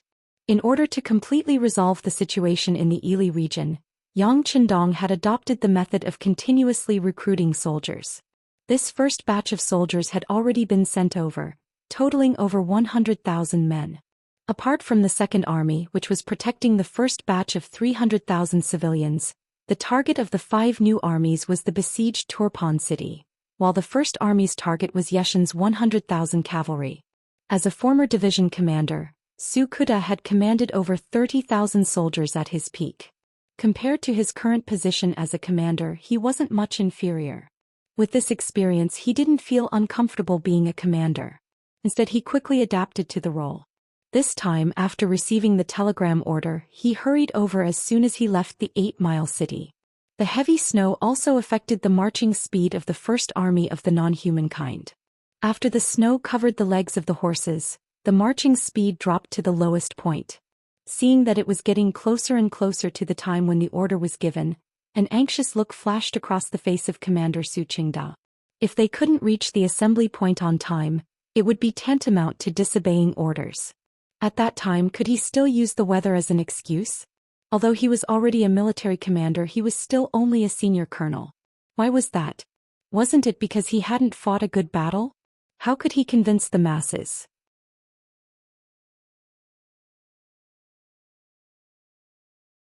Chapter 1265. I don't care anymore. Increase the speed. Hurry up. Seeing that the snow showed no signs of stopping, it was only a little lighter than before. However, it was still snowing heavily. Su Kuda had no choice but to order the army to increase their speed. Perhaps this was because he rarely saw heavy snow in his living environment. He couldn't find a solution in such a harsh environment. When Sensei Naganabu, the commander of the 103rd Division, took the initiative to report the situation to him, he didn't even see him. Just another commander who came to dissuade me from marching carefully. With a military order in front of me, how can I be stingy with the horses? I don't want to see them all. In the past few days, more than one person had told him that marching in such heavy snow was a great burden on the soldiers and horses. Under such circumstances, even if they reached the designated location, they wouldn't be able to launch an attack. It was better to explain the situation to Bugnam of Gojosian and then proceed to the destination while preserving their strength. It was because of this that Su Kuda didn't want to see his commander. Of course, this also had a lot to do with the prejudice in his heart. Sensei Naganabu was a citizen of the Japanese Empire. He didn't have a good impression of this race that repeatedly offended the Great Han Empire. Naturally, he wouldn't like to see them. But because of his actions, Sensei Naganabu, who came to give the suggestion, was rebuffed. Because of this, he couldn't come up with a good idea, which affected the speed of the army gathering. In the end, Walla's 100,000 cavalry managed to escape the disaster. Seeing that his commander was blocked, Sensei Naganabu could only helplessly return to his division. Living in the Japanese Empire, he was used to seeing heavy snow. Originally, he had his own method, for example, the progressive method. In other words, today one division would be in charge of the road. This was of course very hard work, but it didn't matter. The next day, another division would be in charge of the road. By repeating this, 1 day of work and 3 days of rest would be created. This way they could create a path for the army to walk on. Their speed would also increase a lot. Tsukuta didn't even want to see him, so what could he do? He wanted to use this method himself, but without a military order his 103rd Division couldn't go past the 101st and 102nd Divisions to act as the vanguard. Otherwise it would be a huge crime to move troops without orders. Sensei Naganabu shook his head helplessly and gave up. On the other hand, the new 5 armies that were marching towards Turpan from 8 Mile City were much faster. They were using the method that Sensei Naganabu had in mind. One army had 4 divisions and they were advancing in a progressive manner. Although their speed was not fast enough due to the heavy snow, it was much faster than just having one division clear the way and giving each division time to rest. Commander Shi Wanshan was in the Wan-All department all year round and it often snowed there. Naturally, he already had a plan for how to travel in the snow. Under his lead, the new 5 armies quickly approached Turpan City. Not far to the north, the 3rd and 4th divisions of the 4th Division were also running under the lead of Ling Dechong. The snow was too heavy and Ling Dechong gave up on the bicycle in his hands. After leaving a company to guard the area, he led the rest of the cold vanguard warriors to advance on foot. If it was on flat ground, walking was naturally faster than a warhorse. However, under the heavy snow it was a completely different story. Many times a single person's speed was even faster. Especially those who were able to become the cold vanguard warriors, which one of them didn't have good military qualifications. Their speed wasn't bad at all. Ling Dechong led more than 4,000 soldiers to change their pace. This made the Vara and Kazakh cavalry, who were in charge of following and pinning them down, extremely anxious. The heavy snow was also a huge obstacle for them. Coupled with the occasional gust of wind, they actually lost track of the cold vanguard warriors. The 4th Division was nowhere to be seen. Because of this, Chao Lu and Gu Lijiang, who were leading the troops, were naturally extremely anxious. After trying all sorts of methods to no avail, they had no choice but to make a decision that they were unwilling to make. That was to report the situation back. Although they would be reprimanded for doing so, this was an important matter and they couldn't afford to play any tricks. Under the heavy snow, even the speed of the scouts and messengers was greatly affected. What these people in charge of relaying the orders didn't know was that their target, the 2nd Division, was already in front of them. Under the heavy snow, a strong gust of wind blew. In this weather where even wild beasts were unwilling to come out to look for food, there was a group of soldiers who were persevering through the snow. They held the shovels on their bodies and continued to dig. Even though the newly dug path would soon be buried by the heavy snow under the strong winds, they still worked hard to move their arms, just to create an easier path for the warriors behind them to move forward. 2nd Company has already persisted for half an hour. It's time for 3rd Company to take over. Within the group, the 3rd Company's regiment commander in charge of leading the charge shouted loudly. A group of 100 soldiers rushed forward and replaced the 2nd Company brothers in charge of clearing the path. The army continued to advance. It was with such perseverance that the 4th Division was worthy of the title Cold Front. They shook off their pursuers on both sides and approached Turpan City step by step. They came together with the new 5 armies. They reported their positions through telegrams, and Yang Qindong naturally knew all this like the back of his hand, but the 5-nation coalition was still kept in the dark. It was said that time was money. It was the same principle on the battlefield. News and intelligence had a time limit, and whoever was slower by half a beat would lose the initiative and even get beaten up. Xian and the other generals were completely unaware of this crisis. They were still hoping that they could take Turpan City and capture Yang Chendong alive to change the situation in one fell swoop. They didn't know that the army they had sent to intercept them had been obstructed by the heavy snow and couldn't send out a warning. They had agreed to fight for 3 more days and today was the last day. The 5-star army and Turpan citizens on the city walls were about to fall, but every time a soldier risked his life to charge up the walls, he would be beaten back down and sent flying into the dust. What the 5 armies didn't expect was that in the afternoon, a scout suddenly came from afar and told them that Yi Erqiang and Turpan's army had been defeated at the Ala mountain pass. Although Ili hadn't sent back the news of the 80,000 soldiers' defeat, it was enough to shake the morale of the soldiers. They couldn't remain as calm as before. "We can't fight anymore," Iligua and General Kagan, whose eyes were bloodshot, finally said helplessly after the sun had set. The 10,000 infantrymen he had brought with him had all been used up, and only 3,000 of his cavalry were left. The other 4 armies also suffered some losses, but they still couldn't take Turpan City. As the main attacking general, he couldn't help but admit that this path wasn't going to work. "Why don't we try another day?" In the tent of the 5 Nations Army, the Kazakh representative Kalei said unwillingly. Hearing this, Kagan's eyes couldn't help but light up, but they quickly dimmed again. "We don't have enough soldiers now. Even if we can take down Turpan City, we don't have enough cavalry to guarantee that we can trap Bugnam of Gojoseon. Until now we haven't seen a single sign of the Black Cavalry. They are Bugnam of Gojoseon's strongest force." Although Kagan didn't want to admit it, he couldn't deny the strength of the 5-star army. In fact, from the fact that they needed the 5 Nations Army to fight together, it already proved the strength and terror of the 5-star army. Just like now, they had already sent out 2/3 of their forces, but they still couldn't shake the 5-star army. They didn't even have to reveal their trump cards, and the outcome of the battle was already clear. If they had to blame someone, they could only blame the 5 Nations Army for not sending out all of their forces. If Ili, Turpan and Yarqiang were willing to send out 30,000 more troops, they would have taken down Turpan City a long time ago. Even if they couldn't capture Yang Chendong alive, taking down the city and injuring him wouldn't be a problem. When people work together, Mount Tai will move. However, as an army, this sentence was like a joke. No one dared to hope that they could work together. Kagan pointed out their shortcomings and the other representatives could only lower their heads in silence. After some time, Xian broke the silence and said, "Don't worry, we still have a chance. This time we forced Bugnam of Gojoseon to hide in the city and not come out. This can be considered a huge blow to his arrogance. When the next chance comes, we will definitely succeed in one fell swoop." The results of the battle were not satisfactory and there might even be accidents. At this moment, staying outside Turpan City was an extremely dangerous thing to do. If things went wrong, they might be surrounded by the reinforcements of the 5-star army. This was not something they wanted to see. In such a situation, retreating in time was a wise decision.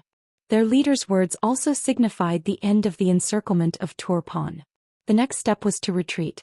After a good night's rest, they would leave this troublesome place early in the morning and regroup. Soon the tent was empty and all the generals were preparing to retreat early in the morning. However, they didn't know that the real darkness was about to descend. In their eyes, their biggest opponent, Bugnam of Gojoseon, had already decided to launch an all-out attack tonight.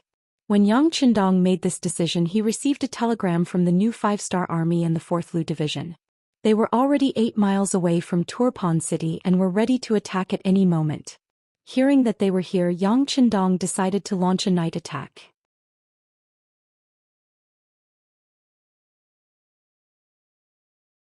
Chapter 1266. Launching a night attack in the heavy snow was not a wise move. However, Yang Chendong could not wait any longer. Once dawn broke and the scouts of the 5 Nations Alliance discovered the new 5 armies or the 4th Army Division, the surprise of the battle would not be achieved and the effect of the attack would be greatly reduced. It was precisely because of the difficulty of a night attack in the heavy snow that Yang Chendong firmly believed that the 5 Nations Alliance army would not think that he would launch a night attack. This gave him a higher chance of winning. In Turpan City, there were still 15,000 Mongolian cavalry that had gathered. There was also an army of 15,000 strong men from Turpan. The biggest benefit of the joint experience of defending the city these days was that the 5-star army had completely gained a foothold here and they had the support of all the citizens of Turpan City. These 15,000 cavalry were the strongest force left in the city. They would launch a surprise attack with Yang Chendong and join forces with the other 2 5-star army units that had rushed over from outside the city to achieve the goal of attacking from both inside and outside. In the beginning city, Yang Chendong, dressed in a golden battle robe, was riding on a white dragon warhorse and inspecting the army. The 30,000 cavalry were ready to go. Other than the occasional snorting of the warhorses, there was no other sound. They were like a pack of wolves silently waiting for their prey to appear, waiting for the alpha to give the order to charge. A silent army would give off a strong sense of killing intent. At this moment, even Yang Chendong was shocked by the performance of these soldiers. After nearly 20 days of defending the city, those who were able to survive until now were undoubtedly much more confident in their character and skills. These people had also grown into real soldiers. "Young master, it's almost time." Beta Persei, who was at the side, was wearing a white cloak and gave off a domineering feeling. He came to Yang Chendong's side and reminded him softly. "Okay, you go." Yang Chendong nodded silently. Following his action, Beta Persei quickly left and came to the front of the 2 pitch-black mortars in front of the army. He urged the soldiers to open the wooden boxes and take out the shells. Everyone, according to the previous battle plan, gather in front of the city gate. The bombardment will begin in 20 minutes, and after 30 minutes the entire army will attack. Yang Chendong's voice came out of his mouth and with the help of the wind, it spread throughout the entire square. After receiving the order, the 30,000-strong army dispersed in all directions and moved towards their respective assembly points in an orderly manner. Looking at everyone's orderly appearance, the captain of the Black Cavalry Brigade, Chiu Vi, couldn't help but exclaim, "These 30,000 cavalry soldiers are already qualified soldiers, they will definitely play a greater role on the battlefield in the future." Yang Chendong naturally heard this sentence and a smug smile appeared on his face. Who would have thought that after more than 10 days of defending the city, he would have an additional cavalry of the Mongol alliance in his hands? He had already thought about it. When he returned, he would also integrate the cavalry of Turpan into the Mongol alliance. At that time he would have another powerful force that he could use. The warhorses disappeared from the square one by one. Time passed by slowly. Finally, when the war watch's needle reached 20 minutes, Beta Persei shouted the horn to start the counterattack. Fire! Boom, boom, boom. The 2 100mm mortars immediately let out a deep roar, and then a red light flashed in the silent night. Then there was a loud rumble that shook the earth, and the shells fell into the camp of the 5 countries that had already entered a state of rest. The sudden sound of the cannons instantly plunged several large tents into a sea of fire. Shouts, curses, reprimands, and cries for help could be heard incessantly. No one would have thought that killing intent would descend from the sky in the middle of the night. When the cannons fell one after another, there were still many soldiers of the 5 countries that didn't react. They were still staring at the sea of fire in front of them, as if they had fallen into a daze. The sound of the cannons was an order.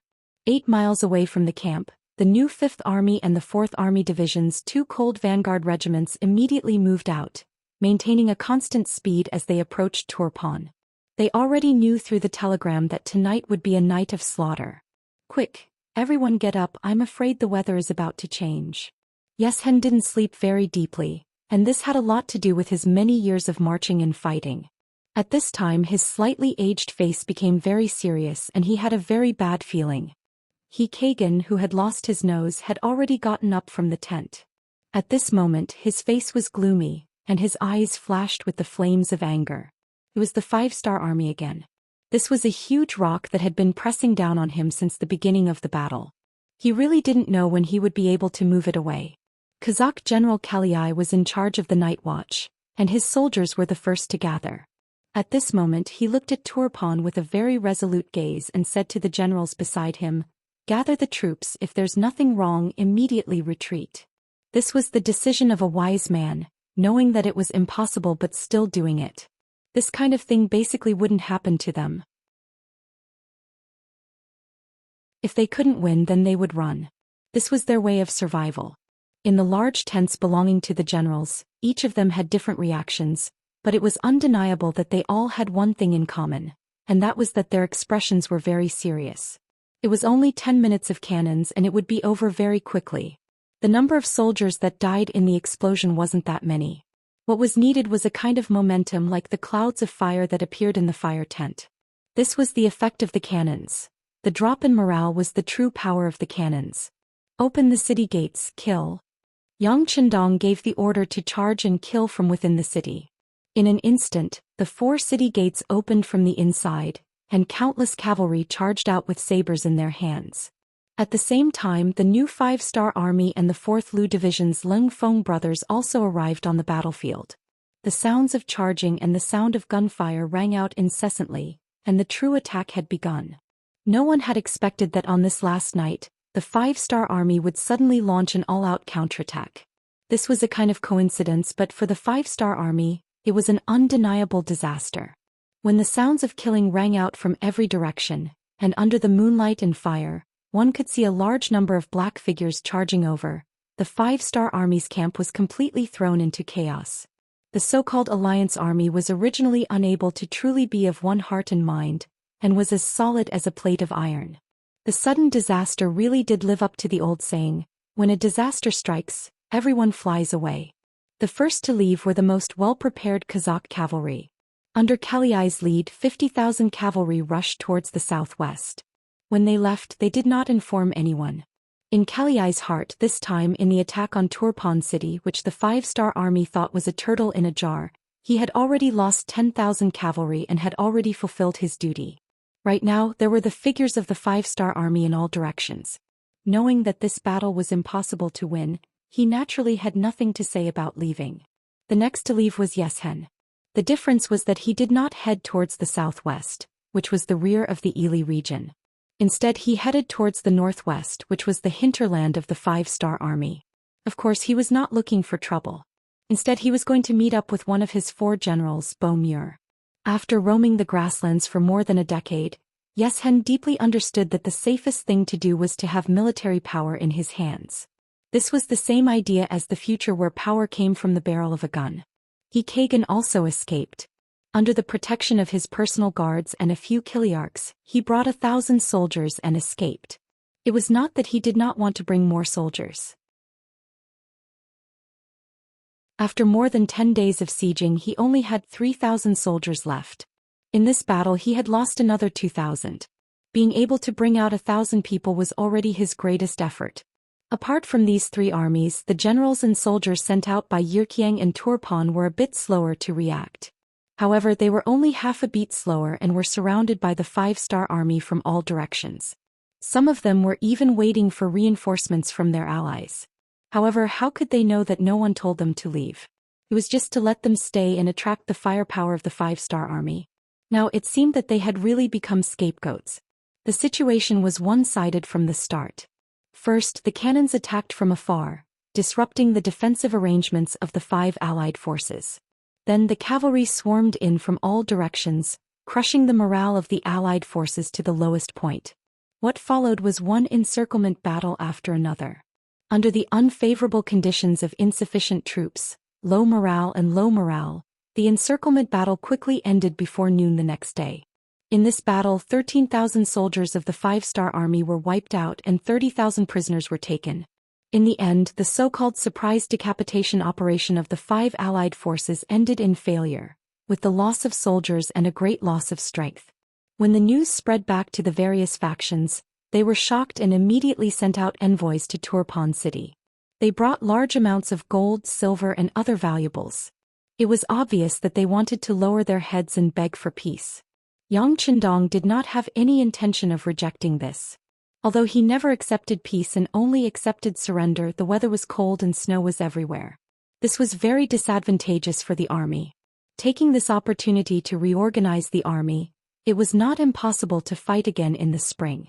Taking this opportunity to take some money and lower the other side's vigilance. Wasn't this a strategic strategy? Turpan city returned to its peaceful state, and the citizens of the city were beaming with joy. Not only did they survive this battle, many of them had also gained benefits.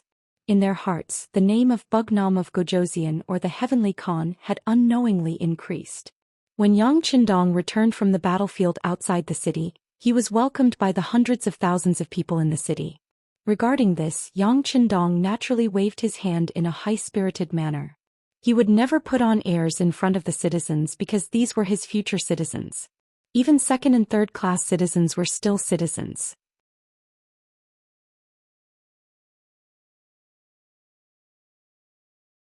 Chapter 1267. Young Master, this is the will of the people. Seeing so many people spontaneously showing happy smiles on their faces, Beta Persei did not forget to flatter him.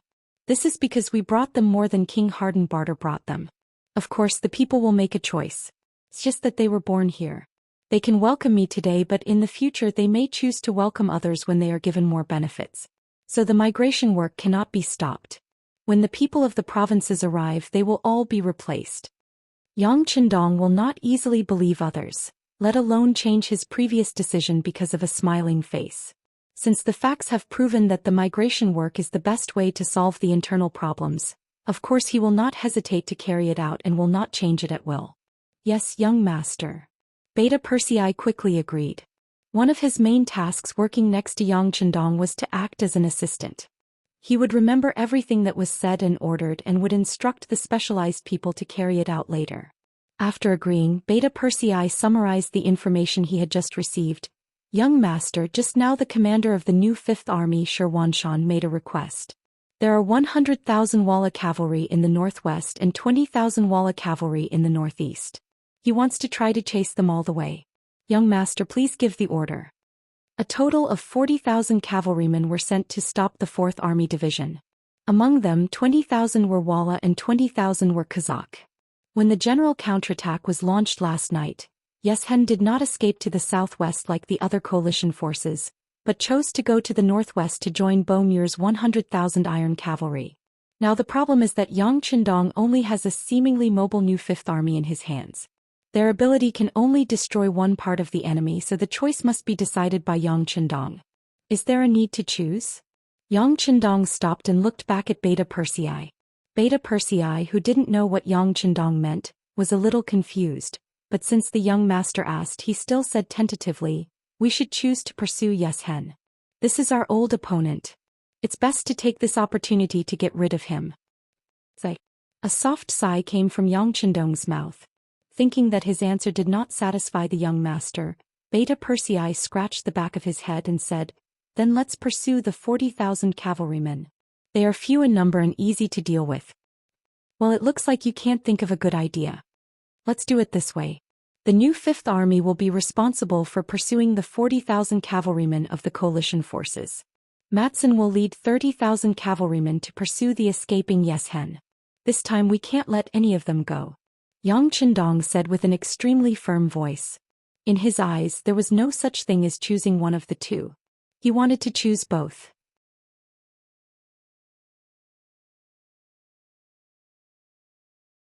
Almost at the same time, two loud shouts rang out, attracting everyone's attention and causing both sides to become excited and excited. Ning Wenfeng was the commander of the infantry division. Although the number of soldiers under his command was the largest in the entire new 5-star army, he didn't have the help of war horses, so he couldn't move fast enough. This was his biggest disadvantage.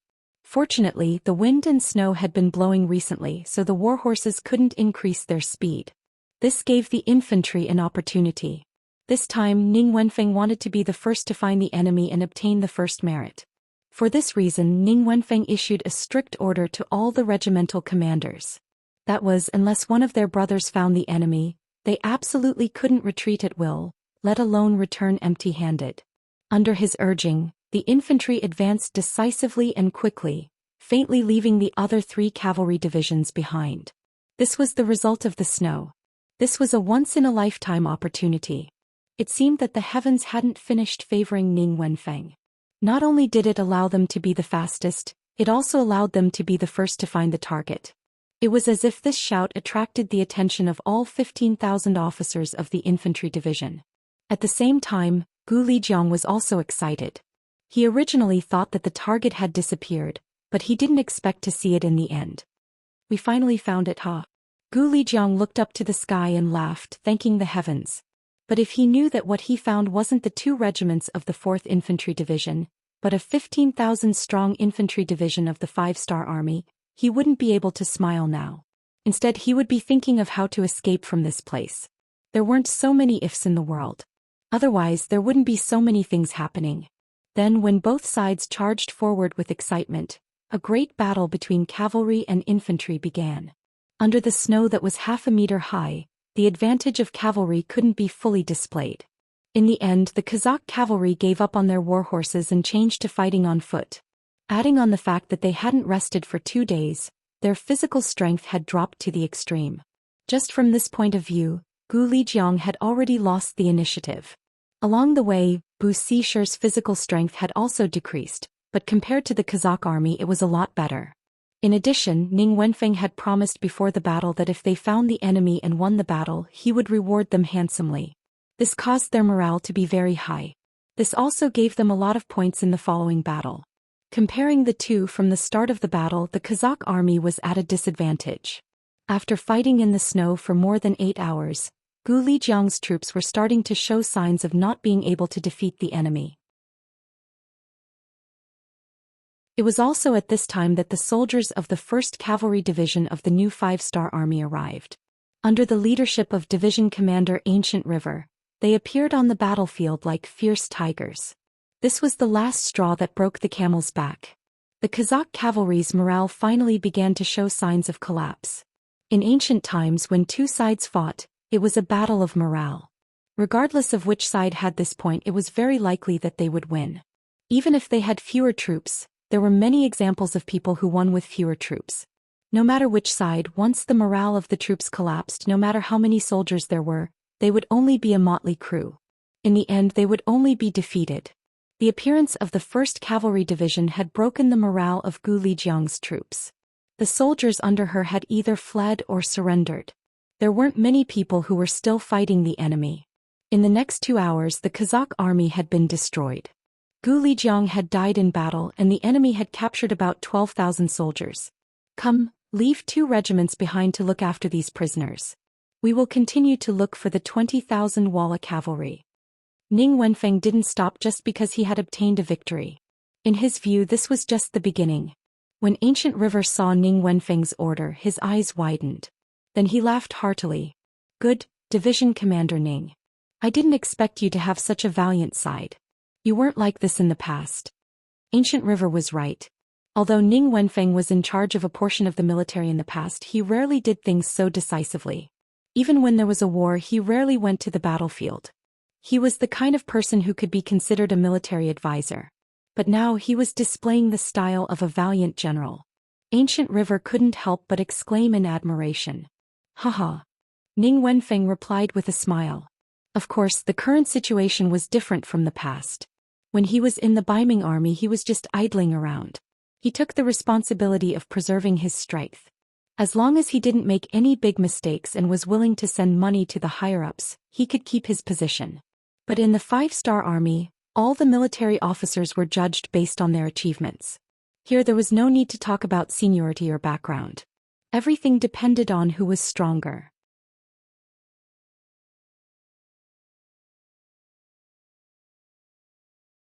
Chapter 1268.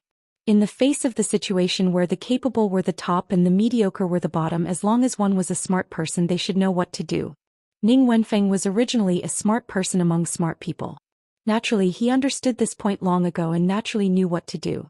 This time, Ning Wenfeng was so desperate because he wanted to rely on military achievements to prove himself. At the same time, he wanted to prove that Yang Qindong's vision was not wrong. Their new 5 armies was an army that could fight. Just like when they were rushing to Tulyafin, even though the soldiers were very tired, none of them complained. They just wanted to prove themselves and complete the mission better. Ning Wenfeng's ambition was not small, but his luck seemed to have run out. After searching for several days, he even found the Cold Front company that Commander De Chong had left behind to watch the bicycle's safety. However, he did not see the figure of the Walla cavalry. In fact, he did not know that General Chao Lu had already left here with 20,000 cavalry and rushed to the place where Bo Muir was. Along with him was the leader of the Walla cavalry, Yes Hen, who was rushing from another direction. After the failure of the 5 armies to besiege Turpan city, Xian lost confidence in this so-called allied army. This was not a united army at all. There were too many subordinates and everyone wanted to take advantage of the situation. How could they win a battle when there were so many different voices in an army? How could they win a battle? How could they win a battle? Xian, who could not see any hope, finally gave up all his fantasies. He decided to work alone like before. With so many elite cavalry in his hands, even if they were not a match for the 5-star army, how could he be afraid of others? At worst, he would just stay away from the 5-star army in the future. How could the world be surnamed Yang? With this goal in mind, Xian sent someone to find Chao Lu a few days ago when Beta Persei suddenly bombarded his artillery positions. He told him not to search for the 5-star army anymore and to go straight to where Bomur was. They had to leave this place and stay away from all the forces and territories of the 5-star army. Reality proved that Yezi's thoughts were correct. When he saw the 5-star army's counterattack begin, he did not put up any resistance, nor did he have any desire to fight back. Instead, he quickly led his 15,000 cavalry out of Turpan, heading straight for where Bomur was. Originally, he had 20,000 cavalrymen with him. However, when the siege was not going well, he listened to Hikagen's words and took out 5,000 cavalrymen. He told them to give up their expertise in horsemanship and become infantrymen to siege the city. In the end, other than the 600 injured, the rest died in the siege. This made him hate Hikagen and the others even more. You deserve to lose. What kind of idiot general would give such an order to let the infantry attack the city? Xian thought angrily. He did not think about it at all. When Keegan made this suggestion, he had raised both hands in agreement. Whether it was Xian or Chao Lu, they were now leading their cavalry to Bomur's location as fast as possible. But they did not know that Bomur's situation was not good at this moment. At least he was far from being in control of the situation as they thought. In terms of military strength, Bomur, who had nearly 100,000 cavalry, was undoubtedly the most powerful. But they were facing the nearly 50,000 5-star army and all of them were elites. No one would underestimate such an opponent, nor would they dare to. The two sides faced each other like this, separated by 8 li in the wind and snow. No one moved rashly. It looked like they were evenly matched, but only Bomur knew that as the days passed, his situation would only get worse. There was only one reason, and that was that he was facing the 5-star army.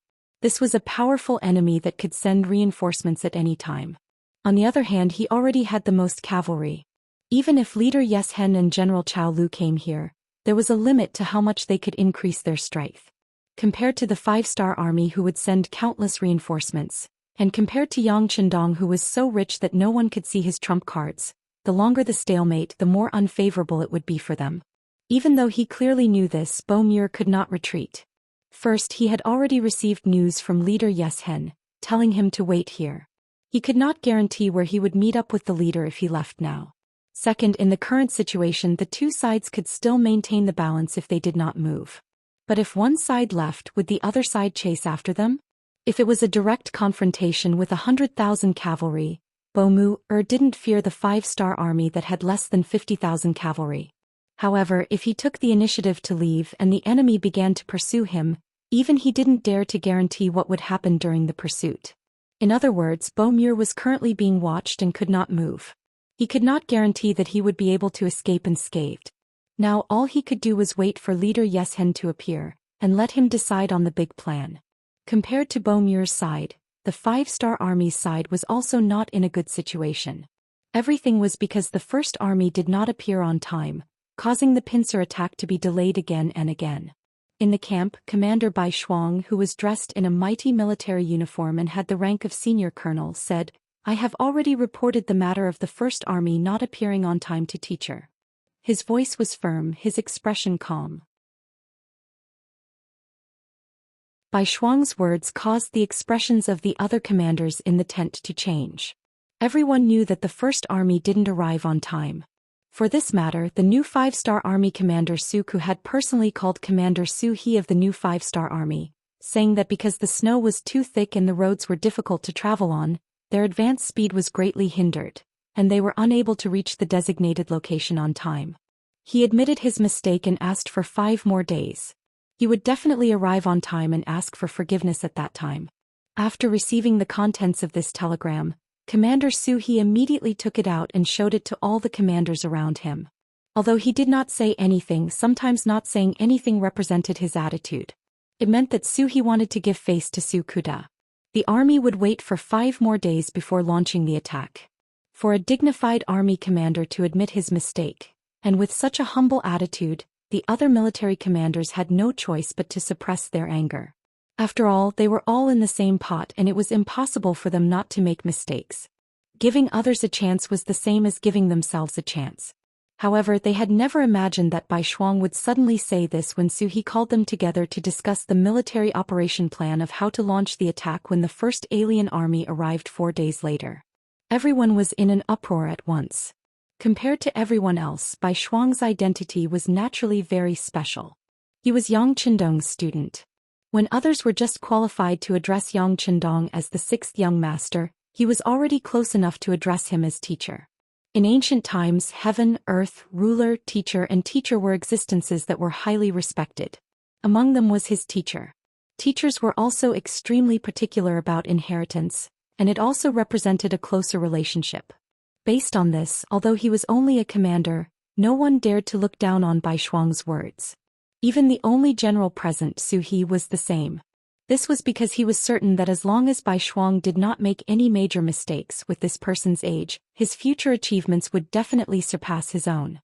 Therefore, when Bai Shuang said that he had already reported this matter to Yang Qindong through his own radio, Zhou Xian did not have the slightest intention of reprimanding him. He only silently mourned for Su Kuda in his heart. Commander Su, this time it's not that I don't want to help you, but this matter has already been reported to the 6th young master. You're in trouble. A military meeting to discuss important matters was also stopped because of Bai Shuang's words. After all, even Bugnam of Gojoseon knew about this matter. This meant that the plan could change at any time. It was a little too early for them to discuss what would happen in a few days. Yes, Su Kuda was in trouble, and the situation had indeed changed as everyone expected. When Yang Qindong received Bai Shuang's telegram in Tulyifan City, his eyes flashed with anger. If it was only because of the weather that they were unable to arrive at the designated location on time, Yang Qindong would not be so angry. But now, the first army of the foreign races didn't inform him about this matter. Instead, they wanted to hide it from him and inform the other armies. This was something Yang Qindong couldn't tolerate. This was deceit. It was a blatant lie. If they succeed this time, there may be similar things happening in the future. If this is not stopped, will there be a day when the military commanders below join forces to deceive him or even deal with him? Since ancient times, internal strife and even internal strife were allowed in the army, but they would never allow the loss of military power to happen. Because this is a provocation to a leader, it is a deadly threat. Inform the whole army. With anger flashing in his eyes, Yang Qindong exuded an indescribable murderous aura from top to bottom. Yang Er, who was beside Yang Qindong, felt his entire body tremble. The rage that was being emitted from Yang Qindong's body made him feel as if he was about to lose his balance. He only felt better if his entire body kept trembling. This is the aura of a superior. Army notification: New Army Commander Zhou Xian will be given a demerit. New Army Light Cavalry Regiment Commander Ma Xiangshan, Far Eastern Army 1st Cavalry Division Commander Dai Kuo will be given a serious warning. For divisional officers of the new army will be given a warning. 1st Army Commander Su Kuda. Yang Qindong suddenly stopped here, which made Beta Persei, who was in charge of recording, break out in a cold sweat. He knew how big of a shock this military notification would cause. I'm afraid that many people's future prospects will be greatly affected. But who knows how the main character Suda would deal with this.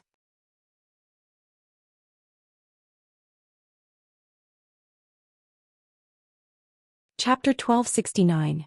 After hesitating for a moment, Yang Qindong's expression became firm again. Su Kuda will be demoted to regiment commander, replacing Bai Shuang's position as regiment commander. Bai Shuang will assume the position of regiment commander.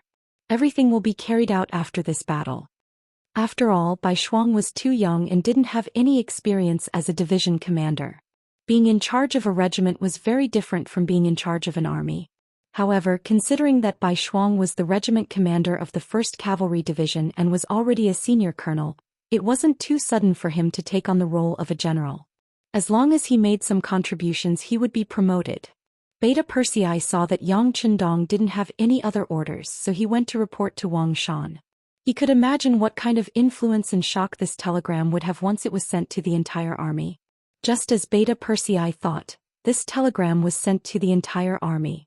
Any army, division, or regiment that was high enough to be equipped with a radio would soon know about it. A lot of people didn't know what happened that made Yang Chendong so angry. But as the person who knew about it, the commander of the First Army, Su Kuda, was completely dumbfounded. Looking at this telegram that was extremely heavy for him, he froze in place and didn't say a word for a full 15 minutes. Commander. The commander of the 301 Division, Tu Hai, didn't know what happened. He only saw that Su Kuda didn't move at all, so he carefully came up and asked, "Did Bugnam of Gojoseon have any new orders?" You take a look. Also, don't call me commander anymore. After the army meets up with the new army, I will report to the new unit. Su Kuda smiled bitterly. After he said this, he sent the telegram to his trusted subordinate, Tu Hai. At this moment, Tu Hai was also very shocked. What did he mean by not calling him commander anymore? Did he get promoted again? That shouldn't be the case. Right now, Tu Hai was still a senior colonel. It was already very difficult for him to be a commander with this position. How could there be a better position than this? With all kinds of doubts, Tu Hai opened the telegram. When he saw the contents clearly, his expression changed drastically. After a long while, he pointed at the telegram. This. He was speechless. Suka didn't care about Tu Hai's reaction. At this time, he had already awakened from his shock. This time he had indeed done something very wrong. He actually wanted to hide the truth from the 6th young master. This kind of action of treating military orders as child's play could be interpreted as deception. This should not be tolerated by any superior. It was already a blessing that he wasn't thrown into jail. Now he was even given the position of regiment commander. This was giving him a chance to take the blame and perform meritorious deeds. If he gave up on himself at this time, then even the gods would not be able to save him. Right now, the most important thing to do was to make up for his mistakes and stand up again. He didn't want to disappoint the 6th young master. Commander 2, didn't Commander Mingji say that he has a way to speed up the army's advance? Now invite him over. Before, he wanted to protect his dignity as a commander, so he suppressed the 3rd Division Commander Sensei Naganabu. Now that Suku had been taught a lesson, there was no need for him to protect his dignity. Suku suddenly woke up. After that, someone reported his performance to Yang Chendong. It was also because of this action that his life was saved. Because if he really chose to give up on himself, even the position of commander of the world's #1 army might not be his. After experiencing this incident, Su Kuda had finally grown up and would have greater achievements in the future. Of course, this was all in the future. In the tent, Bai Shuang looked at the telegram and didn't know whether to laugh or cry. The reason why he reported this matter to Yang Chendong was because he didn't want to do anything that would let his teacher down. He didn't expect that the position of commander would fall on his head. Although a soldier who didn't want to be a general wasn't a good soldier, this kind of position was not what he wanted. With his own efforts, Bai Shuang believed that one day he would be able to become a general, and that day wasn't too far away. Now, although time was saved, it was inevitable that he would be criticized. Since it was Yang Chendong's order and it was reported to the entire army, it couldn't be changed. Since there's a heavy burden on my shoulders, I'll work hard. Bai Shuang, who knew that he couldn't change the situation, could only accept it. But now, no matter how you looked at it, his expression was like he was pretending to be obedient. Bai Shuang was pleasantly surprised. In contrast, the new army's commander Su He had a worried expression. Especially when he looked at the 1st Cavalry Division's commander, Kulu, he felt even more guilty. Kulu's outstanding performance, especially when he used the strength of a single division to block the attack of 30,000 elite cavalrymen of Walla, heavily injuring the enemy in a situation where he suffered very few casualties. It was these achievements that made it a sure thing that he would be promoted to a commander. Su He had already reported this to Yang Chendong and basically received his approval. He received news that the new army had already decided on the position of commander, and it was very likely that he would be the commander of the 102nd Division, second only to the 101 St Division's commander, Lu Zhua. It seemed that after this battle he would be promoted by 2 ranks from a division to an army. But now a warning had completely ruined this good opportunity. According to the rules of the 5-star army, once an officer received a warning, there was no possibility of promotion within half a year. Half a year by that time the new army would have been formed, which meant that Kulu lost this opportunity to improve. Facing the silent Kulu, Suhi opened and closed his mouth, then closed and opened again. In the end he said bitterly, "Kulu, I'm sorry." This time Kulu's mood was a bit heavy. Seeing such a fat piece of meat fly away just like that, no one would feel good about it. But it was already the truth, there was no point in blaming anyone, he could only say that he was unlucky. Thinking about how he would have to work under Suhi in the future, Kulu could only force a smile and said, "General, I'd still like to fight under your command." No one would take these words seriously, they were obviously comforting words. Suhi waved his hand and said seriously, "This time I owe you. Don't worry, if there's an opportunity next time, I'll do my best to fight for you." "Then thank you, General, for your help." Kulu pretended to have his eyes lit up and said. But both of them knew that the position of a general wasn't easy to come by, and how could it be easy to fight for? This time, because there were 3 general positions at once, and because Kulu made a great contribution, he had the qualifications to have such a good opportunity. Next time, even if there really was a general position, there was no guarantee that it would be in the bag. Suku received the harshest criticism and demotion. But he didn't let it go. Instead he quickly adjusted his position. Based on the principle of being in position for a minute, doing a good job for 60 seconds, he found the 303 RD Division's commander, Sensei Naganabu. After some discussion he quickly approved of the idea of clearing snow at the front and speeding up the march. The order was quickly passed down to the entire army. Sure enough, they arrived at the designated location 3 days later. They came to the northwest of Bo Muer's army of 100,000, and formed a pincer attack with Suhi's new army. Bo Muer was a cautious person, otherwise he wouldn't have been chosen by Yeshen to stay behind at the headquarters.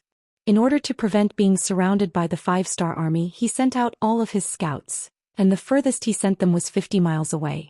When the first army of the foreign races arrived, he received the news, and his expression became even more unsightly.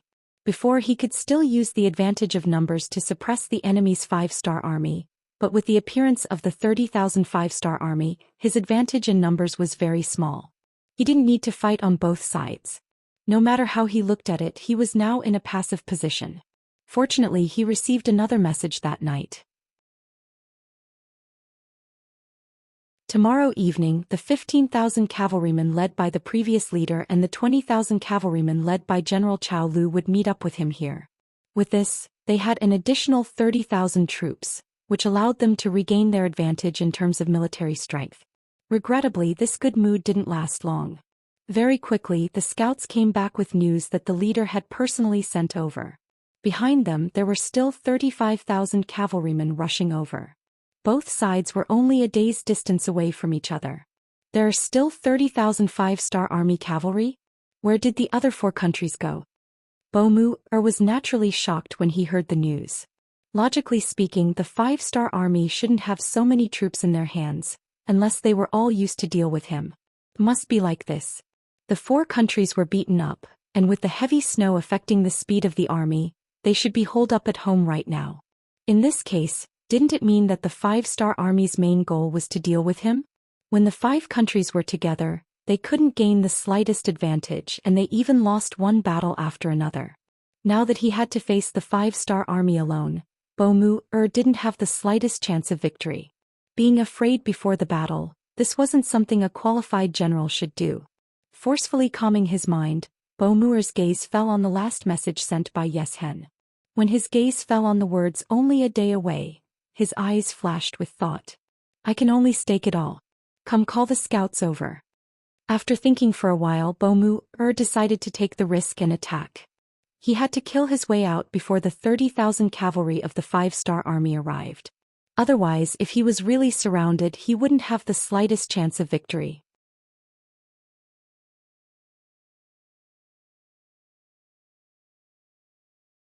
Chapter 1270.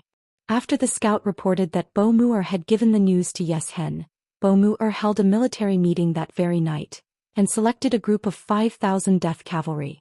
The so-called death cavalry referred to those who did not fear death. Because of various reasons they made some mistakes and should be killed. Because of this they came to the battlefield with the determination to die. And those who were not even afraid of death were the most terrifying.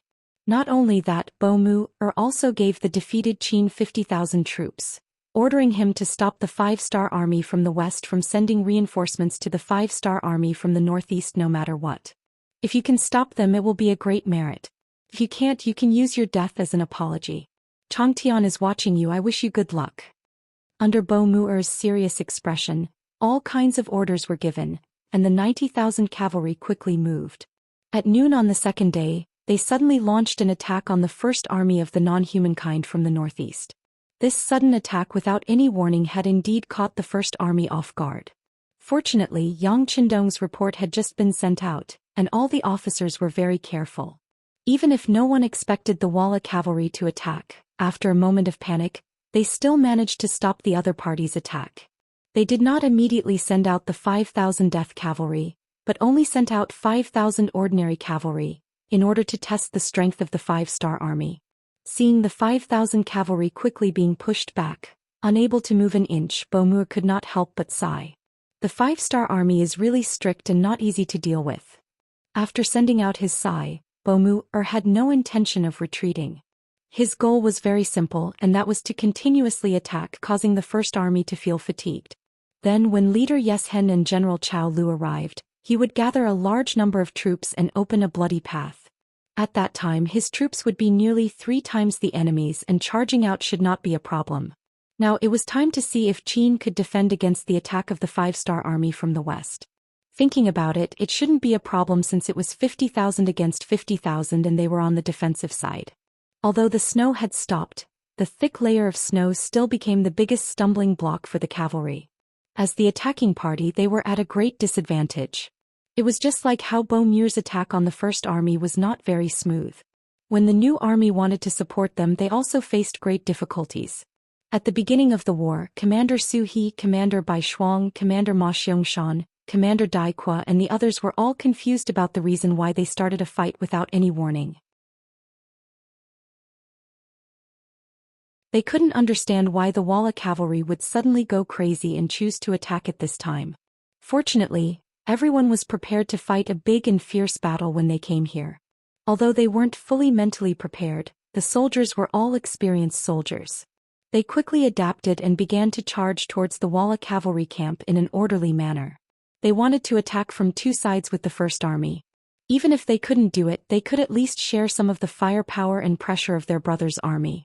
However, under the heavy snow, the attack wasn't very effective, especially when facing General Qin, who was doing his best to stop them. This person had the idea of dying if he didn't succeed. He also had 50,000 cavalry in his hands. In terms of troops and chariots he was even more powerful than Su He and the others. In a situation where they didn't have any advantage, after Commander Chong Bo of the new army's 4th Cavalry Division attacked, 2 regiments of cavalry were crippled. Are they crazy? It was rare to encounter such a tough battle. Commander Chong Bo was shocked and quickly reported the situation to the commander. At the same time he couldn't help but reduce the frequency of the attack. If they continued to lose like this, not only would they not be able to break through, it was very likely that his entire 4th Cavalry Division would be lost here. This was something that no military commander wanted to see and wouldn't do. In the new army's tent, after Commander Chong Bo's report was sent here, everyone including Su He frowned. It was clear that they didn't understand the actions of the Walla cavalry. It looked like they were trying to break through, but it wasn't that easy to do. Although the first army of the foreign races was a newly formed army, there were many veterans among them. Furthermore, the roads were passable and the snow was too thick, so it would not be easy for them to charge out. It was very likely that they would suffer heavy casualties and fail to achieve their goal. They could see this logic, and so could the Walla's general. But why did they still do this? The tent was abnormally quiet for a while. After a full 15 minutes, everyone still couldn't find the slightest clue. No one said a word. In the end it was Bai Shuang who spoke. Okay, I see that everyone can't think of a reason like me. Let's report it to the teacher. Report it? Su He raised his eyebrows after hearing this. It wasn't that he didn't think of doing this, but wouldn't that prove his incompetence? He had just been executed. But when he thought of this kind of battle, if a mistake in judgment led to even greater losses, the result was not something he could bear. Besides, who was Bai Shuang? Even if he didn't agree, he had a separate radio in his hands that could contact Yang Chendong. If that happened, he would only be more passive. Okay, then let's report it. Let's ask the sixth young master to give us a clear path. After thinking about it, Su He decided to accept Bai Shuang's suggestion. The telegram was quickly drafted. After the commanders read it and found no problems, they reported it through the radio. After a stick of incense's time, a reply came. Compared to Su He and Bai Shuang, who only focused on one army and one area, Yang Chendong looked at the entire situation. Although he didn't know about the 20,000 cavalry led by Cao Lu, he knew that Yeshen led 15,000 elite cavalry to meet up with General Bomure. With Yang Chendong's intelligence, he naturally realized that Bomure was preparing to break out of the encirclement. At the same time, it was to prevent the 30,000 cavalry led by Na Ri Song from pressuring them enough to find a way out. After all, once Na Ri Song's 30,000 cavalry arrived, they wouldn't have any advantage in terms of numbers. This was an opportunity to make the Walla army stay, but it wasn't a good opportunity. Even a cornered beast would fight, let alone 100,000 Walla elite cavalry. Once they went crazy, coupled with the snow, the various troops might not be able to reach the designated location on time to provide reinforcements. In this way, there would be too many uncertainties in the war. After thinking about it, Yang Chendong didn't give the order to fight to the death. Instead, he pointed out the Walla army's movements and allowed the various troops to deal with it as they saw fit without losing too much of their combat strength. Dealing with it as they saw fit was equivalent to handing over the command to the various commanders. This was also Yang Chendong's way of commanding. As the military strength of his subordinates continued to expand, Yang Chendong could no longer do everything by himself like before. Therefore, it was necessary to delegate power appropriately, especially to those commanders who rushed to the front lines. They were better able to direct the movements of the battle. Sometimes opportunities were fleeting, and if they weren't grasped in time, there might be problems. Yang Chendong had been practicing for many years and understood how to use people. It was precisely because of Zhou Xian that he didn't have to worry about Qiqian City and didn't need to be distracted. Similarly, it was because of the existence of Tiger's Mane that he was like a nail nailed into Xiwan City. As a result, his influence and power were growing. To put it simply, the way to use people was to learn to use people and learn to trust people, and not to give orders in every aspect. It was like Zhuge Liang, who did everything by himself. In the end, he was exhausted to death, and without his subordinates he immediately lost his drive and ability to command. Old Jiang was the same, constantly giving orders from the back, causing the battle plan to change again and again. Loopholes appeared frequently and the army was defeated in the end. With these precedents as an example, how could Yang Chendong follow in his footsteps? When the telegram was sent to them, the eyes of the commanders in the tent lit up after they read it. This discretion was very significant. Handing over the command to them was a form of trust, but how could it not be a heavy responsibility? Everyone, you have seen the telegram. The Walla cavalry will suddenly launch an attack, saying that they are preparing to kill their way out. Now their leader Yeshen is also moving here. Then should we completely keep them here, or should we let them live to prevent both sides from suffering losses? Let's discuss this matter. Su He, as the general with the highest military rank and the highest rank, was naturally the best choice to preside over the meeting. As soon as his voice fell, the commanders looked at each other, not knowing what to do. From a psychological point of view, after fighting with the Walla army for so long, of course they wanted to completely keep them here to prevent future troubles. But now was really not a good time. The snow was too thick and it greatly affected the movement speed of the army. Moreover, the other party's military strength was not ordinary, and their combat strength was quite strong. If they were to fight head-on, not to mention that they might not be able to keep their lives, their losses would definitely not be small. Yang Chendong had already sent out a notice to the entire army. After this battle they had to take a break. While the army rested and replenished, the migration of the civilians also had to be carried out. They would only attack the Ili region after the snow melted in spring. And if everyone suffered heavy losses now, it would delay the important matters after spring. What should they do? Among the commanders there were very quickly two opinions. Some people said that they should use this opportunity to completely eliminate Xian. This was a great enemy that the 5-star army rarely faced. If they were eliminated, the 5-star army would no longer have any opponents in this grassland. From a long-term perspective, this was appropriate. You're tuning in to the Zhou Xian's Legacy YouTube channel. Don't forget to subscribe and join us on this journey to catch the most captivating stories.